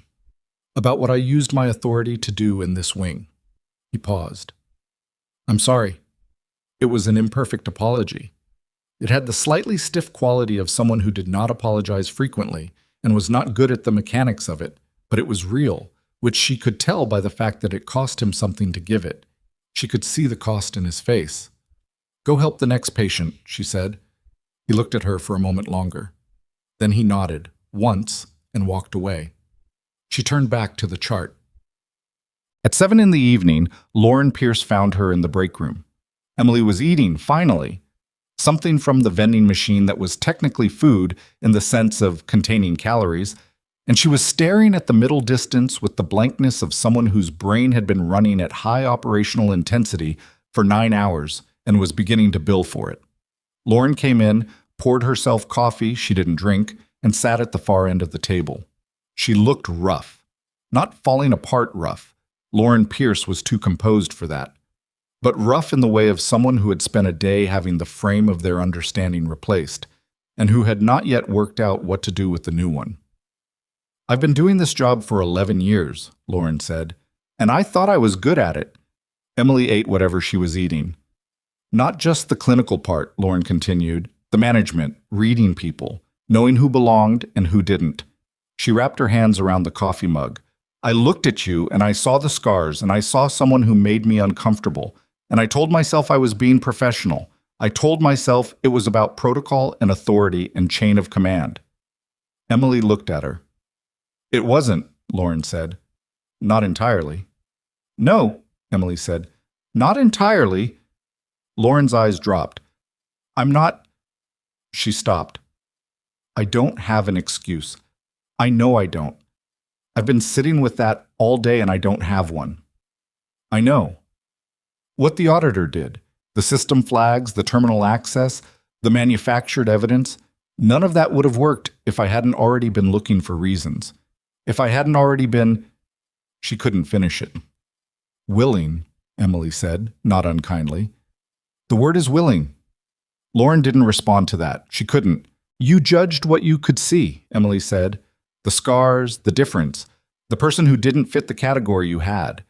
And someone who knew this environment very well saw that you were willing to do that, and they used it. She set down what she'd been eating. That's on them. And some of it is on you. Both of those things can be true. I don't know how to fix it, Lauren said. I don't know that it's fixable in the way you want it to be. Emily looked at her steadily. But you can start by doing your job accurately, the same way I do mine. The next person who comes through this wing who doesn't fit easily into your framework, start there. Lauren nodded. Her eyes were wet, but she held it. Emily stood, threw away the wrapper from the vending machine food, and left the break room because the conversation was finished and she had rounds to check and a patient to monitor, and the day was not done yet. At 8:43 that evening, Garrett found her. She was in the stairwell between the second and third floor, not for any clinical reason, but because the stairwell was the one place in the building that was reliably empty and quiet, and she had needed 3 minutes of quiet the way the body needs water. He sat down on the step below her landing, which put him slightly below eye level in a way that was probably not accidental. The body language of a man who had decided that the assertive mode had run its course and something else was called for. Hartwell wants to brief you, he said, tomorrow morning. She's staying in Portland overnight. Okay? The man from the pharmacy, his name is Roland Fitch. He's been operational for at least 4 years, we think, moving between facilities under various audit covers. The bag he was loading, it wasn't just the compound used on Voss. Garrett paused. There were 3 other compounds in there. Different profiles. Different targets. Emily felt the implications of that settle. He was pre-positioning, she said. Not just for Voss. This hospital was a supply point. That's what it looks like. And the people who sent the contractors for the second attempt, they weren't trying to finish what the first poisoning started. They were trying to stop the exposure of the supply chain. Yes, Garrett looked at his hands, which means Fitch was not working for the people who poisoned Voss. He was working for the people who were trying to stop Voss from finding the network. The poisoning and Fitch's operation were on opposite sides of this. Emily sat with that geometry for a moment. The layers of it, the way it had looked like one situation and been two or three, running through the same building at the same time, using the same people without any of them knowing they were being used. My position here, she said, the person who knew my background, who knew what I would do if I saw that compound in a crash drawer, who arranged for me to be in the right position at the right moment. We think that was Voss, Garrett said, or someone acting on his instructions. The review of your record that he initiated 6 weeks ago, we think it was also a positioning move, not just to correct the record, to get federal attention on this hospital, on your employment situation, in a way that would bring people to the building at the right time. He paused. He was using you as an anchor point, a reason for the investigation to be centered here. He could have just told me, Emily said. He didn't know Fitch was already in position. He didn't know the scale of what he was walking into. Garrett looked at her. He also didn't know they'd actually try to poison him before he got here. That wasn't the plan. Emily looked at the concrete wall of the stairwell. The paint was the specific shade of institutional gray that existed in every hospital stairwell she had ever been in, regardless of city or building or decade. Some things were constants.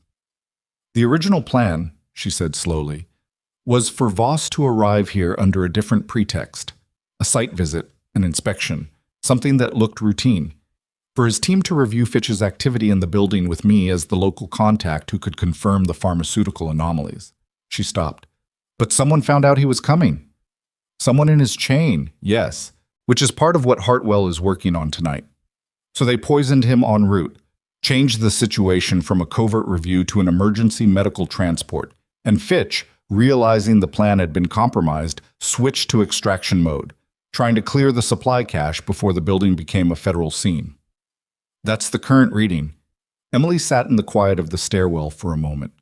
Somewhere in the building above her, a man whose life she had saved twice in one day was sleeping with a tremor in his left hand and a neural recovery that was going to take weeks. Somewhere in a federal holding facility, a man named Roland Fitch was being processed through an interrogation that was going to open a much larger investigation. And somewhere in the hospital's administrative suite, Director Halstead was almost certainly writing the most significant incident report of her career. My disciplinary file, Emily said, being reviewed as of this afternoon. The formal complaints. Under investigation for the process by which they were filed. The fabricated system flag is the cleanest evidence, but the agents are looking at the full sequence. Garrett paused. Kane's conduct is part of it, not as a criminal matter, but as an institutional one. The hospital's liability exposure here is significant. He apologized, Emily said. Garrett looked at her. Kane did? In the hallway, about an hour ago. Garrett seemed to file this. That doesn't fix anything institutionally. No, Emily agreed, but it was real. She stood. The 3 minutes of quiet she had needed had stretched to considerably longer, and she was aware that there were things that still needed doing before she could leave the building. The overnight protocol for Voss, she said. I need to brief the night team. Of course. Garrett stood too. He paused at the bottom of the landing. Hartwell is going to offer you something tomorrow. I don't know what, exactly. She doesn't tell me those things, but I want you to know before you hear it that whatever she offers, it comes with a genuine acknowledgement of what was done and not done. That's not nothing. Emily looked at him. I've worked with her for 9 years, he said. When she acknowledges something, she means it. I'll keep that in mind, Emily said. She opened the stairwell door and went back into the hospital. Well, the briefing happened at 9 the next morning, in the same consultation room for the 3rd time, but different now. Someone had watered the plant overnight, which Emily noticed immediately, and which struck her as either a coincidence or someone's deliberate attention to detail, and she chose to believe the latter. Hartwell sat across from her with Garrett to her left, and a second person Emily hadn't met. A woman from the Office of Strategic Intelligence's Internal Review Division, whose name was Albright, and whose function was apparently to formalize what Hartwell was about to say. The review of your record in the Carbat operation is complete, Hartwell said, or complete enough to proceed. The after-action report filed by Unit Leader Harkins has been determined to contain material omissions that altered the official record of your actions and your status. Emily sat still. The omissions were not accidental. Hartwell said it flatly. Harkins filed a report that positioned the mission outcome as a navigation failure and omitted any reference to your intervention. He was aware at the time of filing that you had survived the incendiary contact because 2 members of his unit reported your status to him before exfil. He chose not to act on that information and chose not to include it. The room was quiet. Harkins retired from service 3 years ago, Hartwell continued. He will be subject to a formal inquiry. His commendation records from the period following Carbat will be reviewed, as his advancement in the 18 months after the mission was substantial and may have been facilitated by the version of events he filed. What does that mean for him, specifically? Emily said. Pension review? Possible revocation of commendations? Formal censure at minimum. Hartwell paused. The inquiry is not your responsibility to pursue. It will proceed regardless. Emily looked at the plant. Someone had watered it, and it looked already marginally less terrible. Recovery was incremental and rarely dramatic. She knew that about plants and people and everything else. Your own record, Hartwell said. The commendation process Voss requested has been formally initiated. The documentation of your actions in Carbat, the firing position, the incendiary contact, the duration, has been entered into the official record. She slid a document across the table. This is a summary of what will be formalized over the next 30 days. I'm giving it to you now because you've waited long enough. Emily picked it up. She read it the way she read documents, quickly, completely, registering everything. She set it back down. There's also the matter of this hospital, Hartwell said. The disciplinary file, the fabricated system evidence, the formal complaints. She looked at Emily directly. All of it is being addressed. The false flag in the medication system has been documented as externally generated and will be expunged from your record.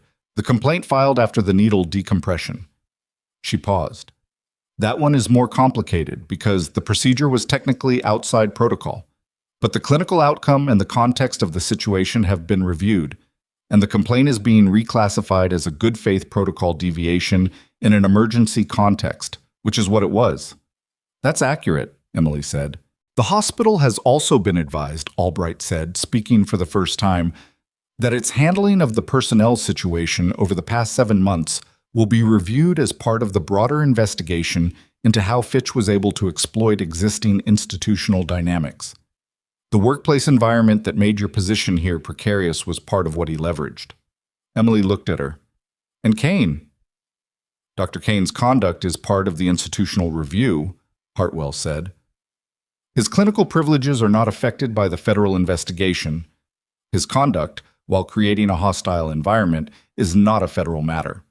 But the hospital's medical board has been notified and a formal review of the complaints filed under his authority is underway. She paused. What happens to his position is the hospital's determination to make, not ours. I understand. Hartwell looked at her steadily. There's one more thing. Emily waited. The position that Voss was originally going to discuss with you, the one that was the secondary purpose of his visit here, before the situation became what it became. Hartwell folded her hands. It's still open. It involves the supply chain investigation, and specifically the network that Fitch is part of. It would use your clinical background, your operational background, and... She paused. Your particular ability to be in rooms where things are about to happen and know what to do when they do. Emily was quiet. It would mean leaving Riverside Regional, Hartwell said.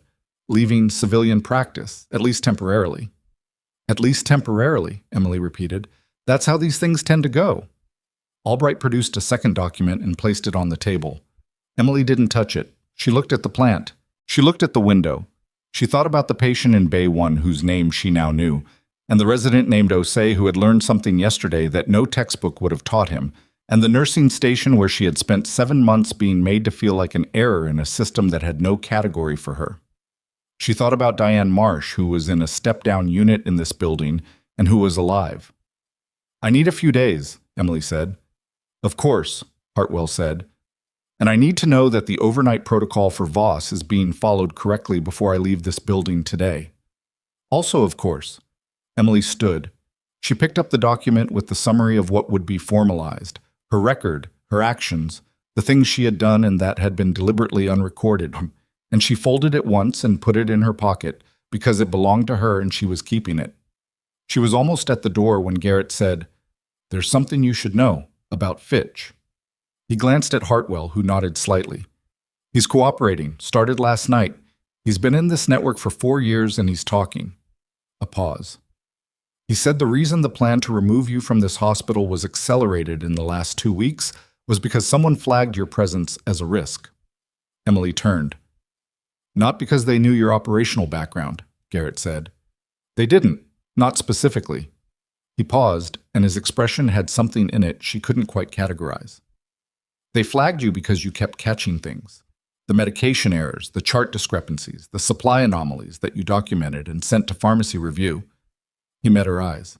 "They were moving product through this hospital's pharmaceutical supply for 4 months before you arrived. In the 4 months after you arrived, their error rate went up 200% because you kept noticing things and documenting them. You were making their operation unsustainable." Emily stood at the door. "You didn't know what you were seeing," Garrett said, "but you kept seeing it anyway." She thought about the medication cart, the supply room, the 34 daily decisions she made on each shift about what required attention and what didn't. She thought about Lauren Pierce telling her she was being deliberately difficult, and about Kane telling her to know her place, and about Director Halstead processing complaints as a personnel management problem instead of asking why they existed. She thought about what it meant that the people who had wanted her gone not because she was incompetent, but because she was too consistently, stubbornly, unglamorously present in her own job to be ignored. She opened the door. "I'll be on the floor," she said. "I have rounds." She walked out, and behind her the door closed, and the day continued, and on the overnight pharmacy report that came through at 9:15, there was a notation about a supply discrepancy in the antiseptic storage that had been flagged 3 weeks ago by a trauma nurse whose documentation request had been closed without follow-up. A discrepancy that federal investigators, when they pulled the full report 40 minutes later, found connected directly to Fitch's supply chain in a way that opened 3 new investigative threads simultaneously. The report had Emily's signature at the bottom, filed on day 4 of her probation, closed without review, sitting in the system for 34 days, waiting for someone to look at it. Hartwell, when she saw it, said nothing for a moment. Then she said, "Get me everything she's filed in the last 7 months." The 7 months of documentation Emily had filed at Riverside Regional took Hartwell's team 3 days to fully process, and by the end of those 3 days, the number of investigative threads had grown from 3 to 11. It turned out that a trauma nurse on disciplinary probation with no institutional protection and no one paying close attention to her work had documented more about Roland Fitch's supply chain operation than anyone else in the building. Not because she had understood what she was seeing, but because she had been constitutionally incapable of walking past something that didn't add up without writing it down. A 3% variance in antiseptic stock that didn't match the usage logs. A controlled substance reconciliation that cleared on paper but had a timing inconsistency she had noted in a comment field. A pharmaceutical delivery that arrived on a Tuesday when the standing schedule specified Thursdays, flagged once, answered with a form letter, filed and forgotten. 11 threads. None of it dramatic, none of it the kind of thing that looked like evidence until it sat next to other evidence, and then it looked like exactly what it was. A consistent, methodical disturbance in the supply flow of a hospital that had been compromised from the inside, visible only to someone who was paying the kind of attention that most people couldn't sustain over 7 months. Hartwell called her on the 3rd morning and said, "Your documentation protocols are better than anything my field analysts produce." I had a lot of time to document," Emily said. "I wasn't allowed to do much else." A pause. "That's either the most efficient unintentional intelligence operation I've encountered or the most depressing performance review story I've ever heard." "Both?" Emily said. "Probably both." Roland Fitch was arraigned on federal charges 12 days after his arrest in the pharmacy. The charge sheet was public record, which meant the local news covered it, which meant that the name Riverside Regional Medical Center appeared in 3 separate news cycles in 10 days. First as the location of a federal emergency involving a government official, then as the site of an arrest connected to pharmaceutical supply chain fraud, then as the subject of a workplace discrimination inquiry that had been opened by the state medical board in response to a formal complaint filed by the Office of Strategic Intelligence on behalf of a staff member.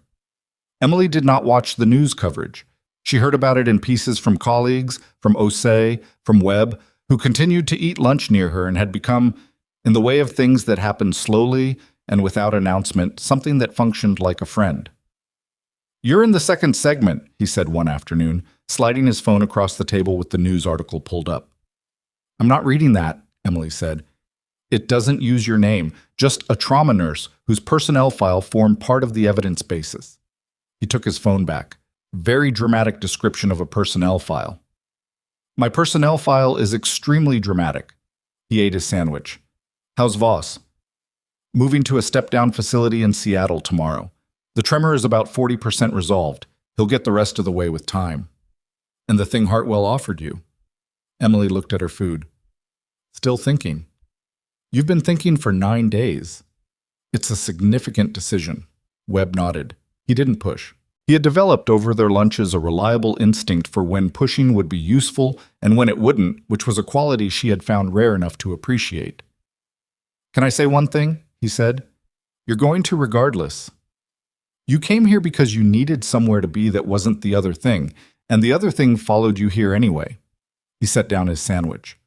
"So the choice isn't really between here and there anymore. It's between doing the work on your terms or continuing to do it sideways from a hospital break room on a 12-hour shift while someone tries to fire you for noticing too much." Emily looked at him. "That's one thing," he said. "I'm done." She ate for a moment. "The plant in the consultation room," she said. "Do you know who watered it?" Webb considered. "I think Osei mentioned doing it.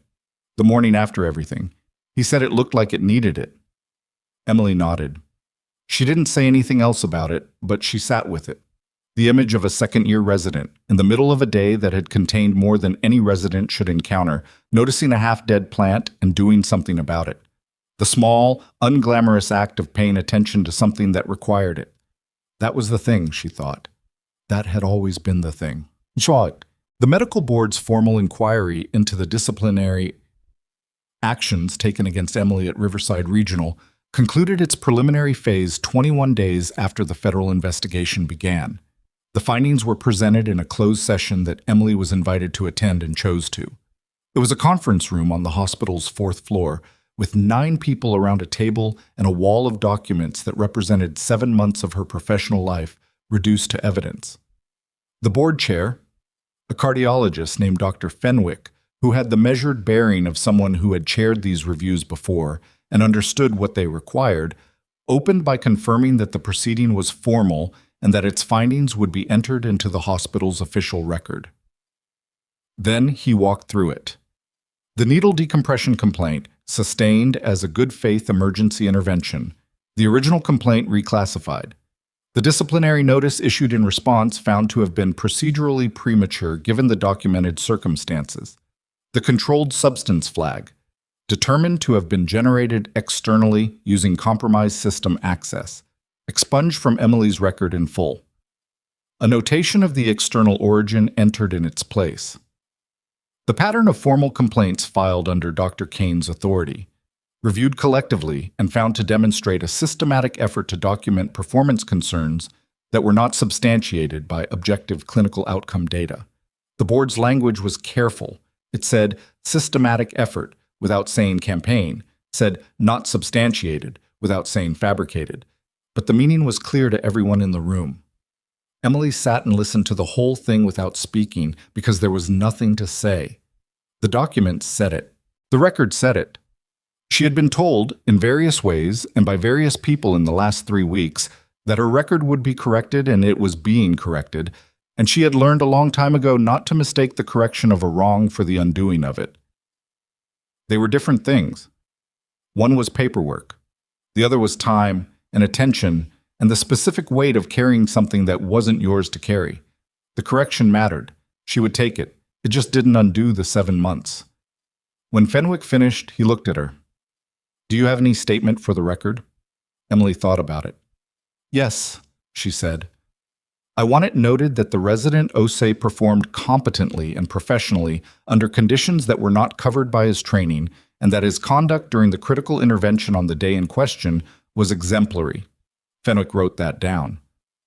"And I want it noted," she continued, "that the documentation anomalies that formed part of the federal evidence base were identified and reported through standard nursing documentation channels, not through any specialized process, just through doing the job correctly."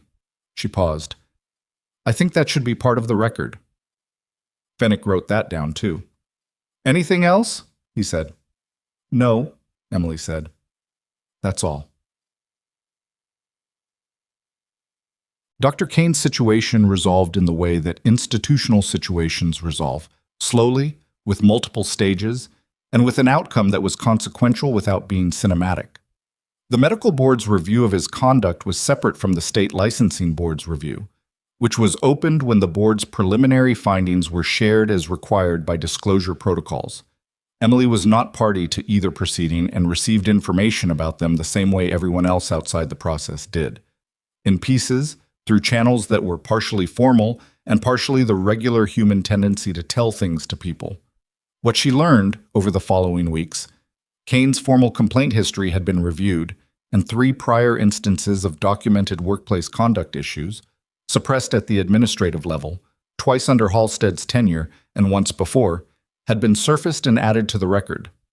His clinical privileges at Riverside Regional were suspended pending the state board's review, which was the most immediate and visible consequence, and the one that landed hardest in the daily life of the trauma wing.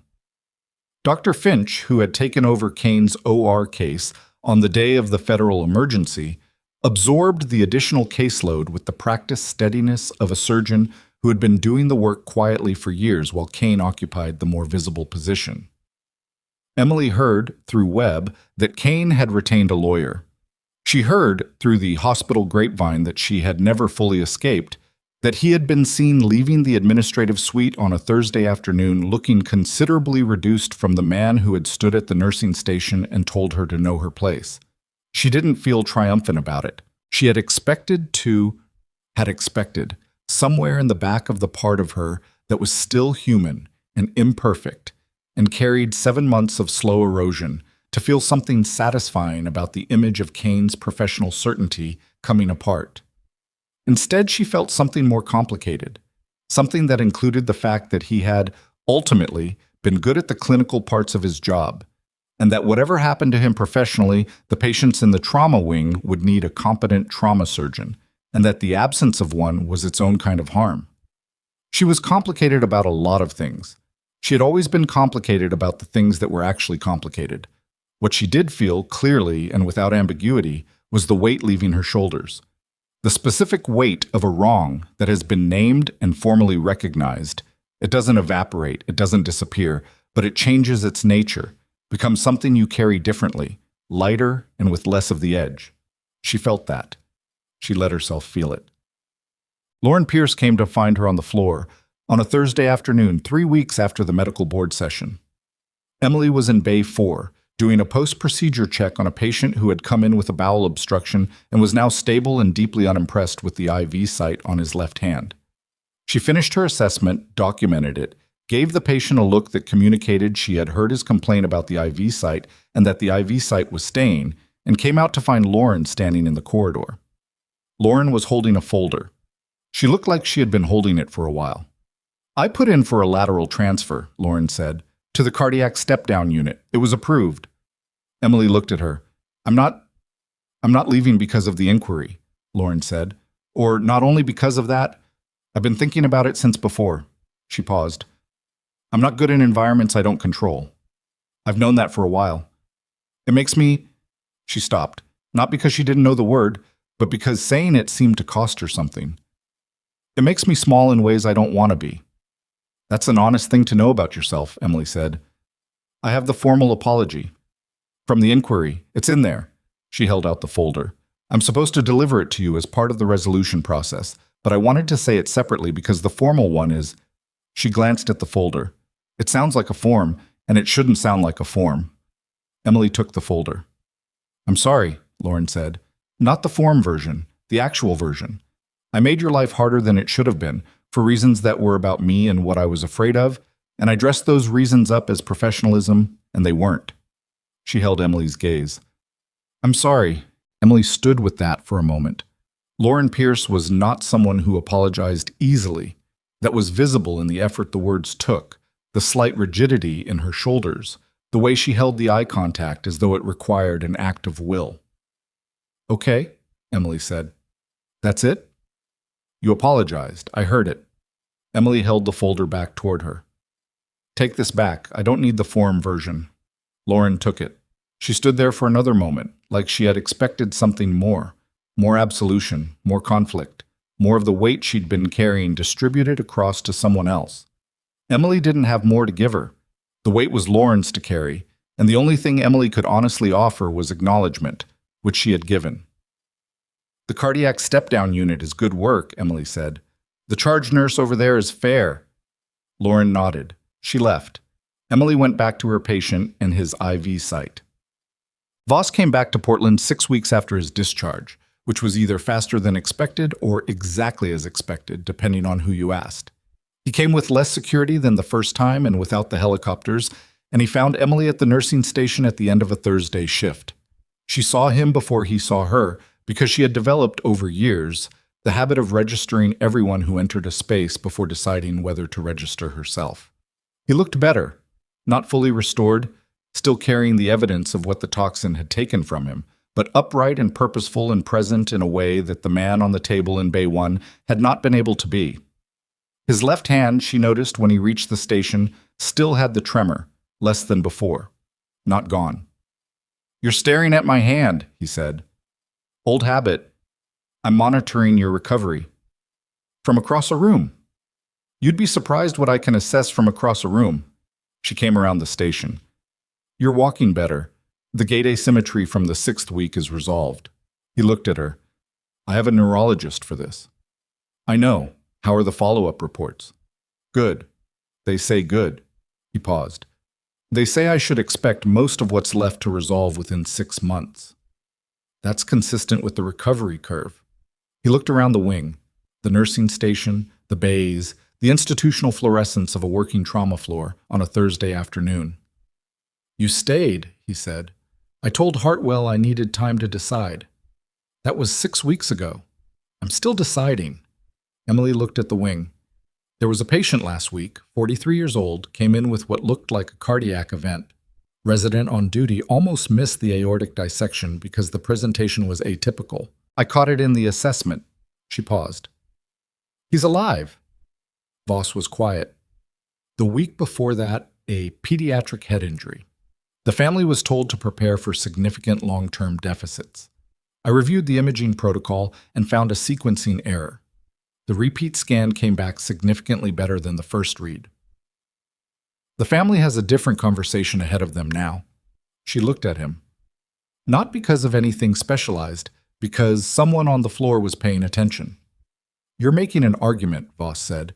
I'm explaining a decision. He understood. She could see him understand. Not with the strategic calculation of a man assessing an asset, but with something more personal.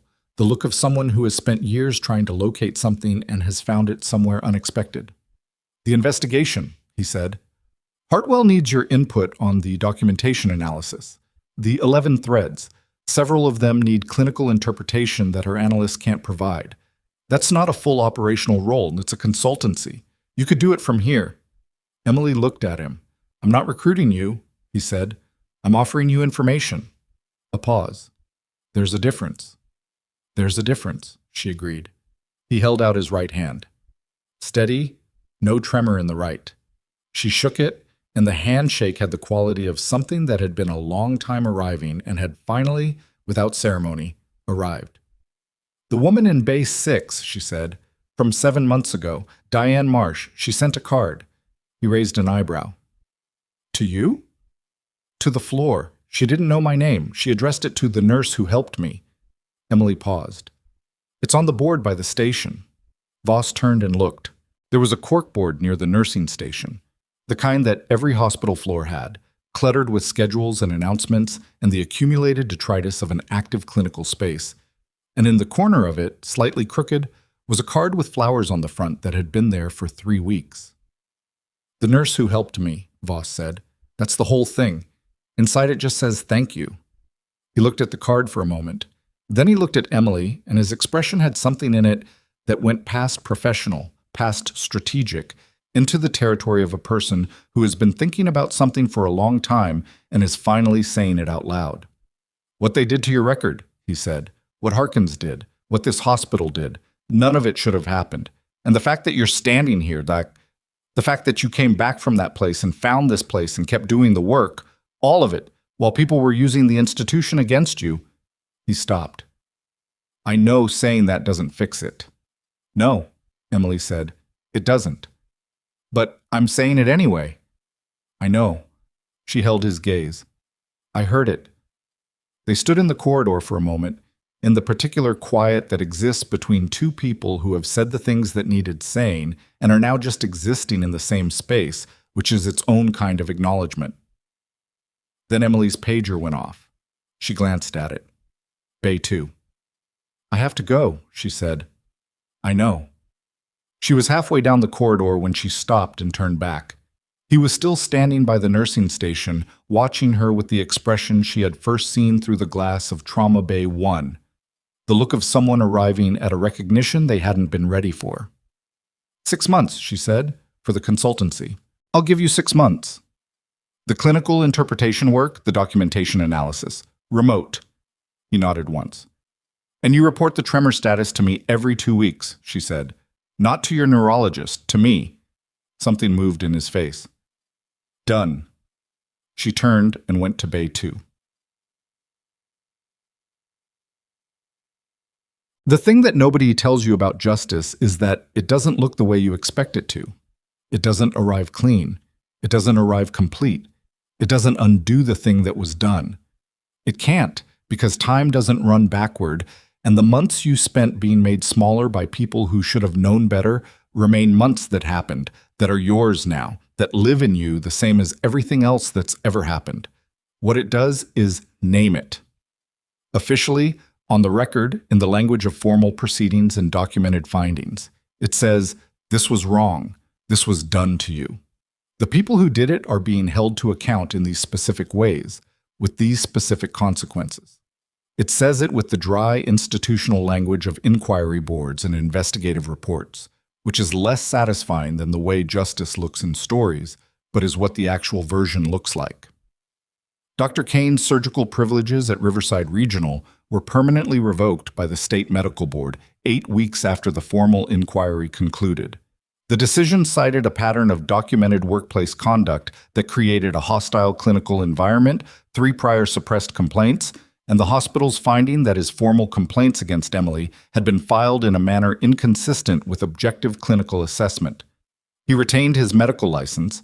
The board did not find grounds for revocation of licensure, which was the honest outcome, but he was required to complete a professional conduct review program before applying for privileges at any other institution. Lauren Pierce transferred to the cardiac step-down unit and was, by all accounts Emily received, doing her job well and differently than she had done it before. Whether that was permanent change or situational adjustment, Emily didn't know and had decided it wasn't her job to monitor. Roland Fitch pled guilty to federal charges of pharmaceutical supply chain fraud, unauthorized access to controlled substance systems, and conspiracy to commit obstruction. The plea deal required full cooperation with the investigation into the network he had served, and that cooperation, combined with Emily's 7 months of documentation, produced a federal case that extended well beyond Portland and was still active when the new year came. The unit leader Harkins, the man who had filed the false after-action report in Carbat, who had left Emily in a burning corridor and called it a navigation failure, faced a formal inquiry that concluded with a censure, a pension reduction, and the revocation of the commendation he had been awarded in the 18 months following the mission. It was not enough. It couldn't be enough for what it was. But it was on the record now, next to her name and what she had actually done, and the record would outlast everyone in it. The formal commendation for Emily's actions in Carbat was processed and entered into the official record on a Tuesday morning. She was not present for the processing, There was no ceremony, no presentation, no room full of people watching. A document was filed. Her name was in it. The truth was in it. She received a copy by secure courier, read it once in her apartment without turning on the lights, and put it in the same drawer as the summary Hartwell had given her 3 months earlier. Then she went to work. Batab. Osei found her at the end of a shift in November, when the Portland rain had settled into the specific gray persistence of a Pacific Northwest autumn, and the trauma wing was running at its usual pace. Never quiet, never catastrophic, just the constant human current of bodies that had been damaged in ways that required intervention. "I matched," he said. She looked up from the chart she was finishing. "Trauma surgery," he said. "I found out this morning." Emily set down the chart. "Congratulations." "I wanted you to know." He stood in the corridor with the barely contained energy of someone whose life has just moved in a direction they've been working toward for years. "Because that day, the day with Director Voss, I've been thinking about it since, about what it meant to be in that room with you." He paused. "You didn't do what you were supposed to do. You did what the patient needed. And I kept waiting for you to explain the difference, to justify it. And you never did. You just did it." Emily looked at him. "I want to be that kind of doctor," he said. "The kind that does what the patient needs." She picked the chart back up. "Then be that kind of doctor. Do the work. Pay attention. Write down what you see." She glanced at him. "And find a good nurse to work with. We catch things you'll miss." Osei laughed. A real one, brief, surprised. And it was the first time she had heard him laugh in the months she had known him, and it was a good sound. "I will," he said. He went back to his rounds. Whatem. She stayed at Riverside Regional, not because it was easy. It wasn't, not entirely, not even after everything that had changed. Institutions don't transform cleanly from the inside. The anti-harassment policies that Director Halstead implemented in the months following the inquiry were real and documented, and better than what had existed before. And they were also policies, which meant they were only as good as the people who chose to honor them on the days when honoring them was inconvenient. Some of her colleagues treated her differently after the news cycles, with a deference that felt like its own kind of distance. Some of them treated her exactly the same as before, which was the option she preferred. But she stayed. She stayed because of Diane Marsh's card on the bulletin board. She stayed because of Osei matching into trauma surgery with the kind of clarity that came from having been in a room where the work was done honestly. She stayed because of the 43-year-old man with the aortic dissection who was alive, and the pediatric head injury whose family had a different conversation ahead of them, and the particular weight of knowing that her presence in this specific building was the variable that produced those outcomes. The consultancy work for Voss's investigation ran 6 months and then became 7 and then 9. And somewhere in the second year it became a formal arrangement that existed alongside her work at the hospital, 2 things running parallel, neither one consuming the other. She was good at the consultancy work. She was also good at the trauma nursing, and the distinction between those 2 competencies had stopped feeling like a contradiction somewhere around the 4th month. She had thought, when she came to Portland, that she was done with the other thing. Done with the work that happened in rooms with classification markings and personnel whose names changed with context and situations that required her to be something other than the person standing at a nursing station in a hospital corridor. She had thought she was done, and maybe she had been done, or maybe done was not a state she had ever been able to sustain, or maybe the truth was simpler and harder than either of those things, that you don't get to be done with who you are, only with who you were pretending to be. She was not the nurse everyone had wanted gone. She had never been that. She was the nurse who had been treated as though she were that nurse, which was a different thing, and the difference had mattered, and for a period the difference had been so consistently reinforced that she had started, in the quieter moments, to doubt the distinction. She didn't doubt it anymore. The scars on her face were the same, the supply room was the same, the 12-hour shifts were the same. What was different was the record, the real one, the one that said what had actually happened in a burning corridor in a country she wasn't supposed to name, and what she had actually done, and what it had cost, and that someone with the authority to say it had finally said it out loud. She had not needed the record to know who she was. But the record meant that the truth existed somewhere outside of her, in a form that could outlast her and couldn't be argued away, and she had learned to value that. The truth written down, the truth filed, the truth with her name on it and the evidence behind it, the kind of truth that doesn't ask you to perform your worth for anyone, just holds it, permanently, in the record.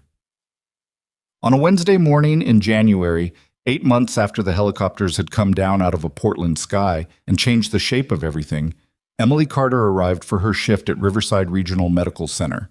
She badged in at the door. She walked to the nursing station. She put on her badge and pulled up the board and began the work of the day. The assessments, the medications, the small and essential decisions that accumulated hour by hour into whether or not people survived. No one looked at her scars with the cataloging gaze of assessment anymore. They had learned, the ones who stayed, the ones who arrived after, to look past them. Not to ignore them, which was its own kind of diminishment, but to look past them the way you look past the uniform to the person wearing it. To understand that the scars were not the story. They were only the evidence that a story had happened. The real story was the woman standing at the nursing station, at the beginning of another long day, ready. She had always been ready. That was the part they had never understood, all the people who had tried to make her leave. That they were not fighting someone who was struggling to hold on. They were fighting someone who had already decided, long before she arrived in Portland, long before the disciplinary notices and the fabricated system flags and the contempt dressed up as professionalism, that she was going to stay in her purpose regardless of what they made it cost her. Some people mistake endurance for weakness, and some people mistake silence for surrender, and the worst of them confuse scars with evidence of defeat. They are not always the same people, but they make the same error. The truth is that the ones who survive the fires are not surviving them by accident. They are surviving them on purpose, every single day, in ways that don't announce themselves, in ways that look like nothing more than showing up and doing the work, in ways that look, to anyone who isn't paying close enough attention, like just another Tuesday. Emily looked at the board. She picked up her pen. She started the day.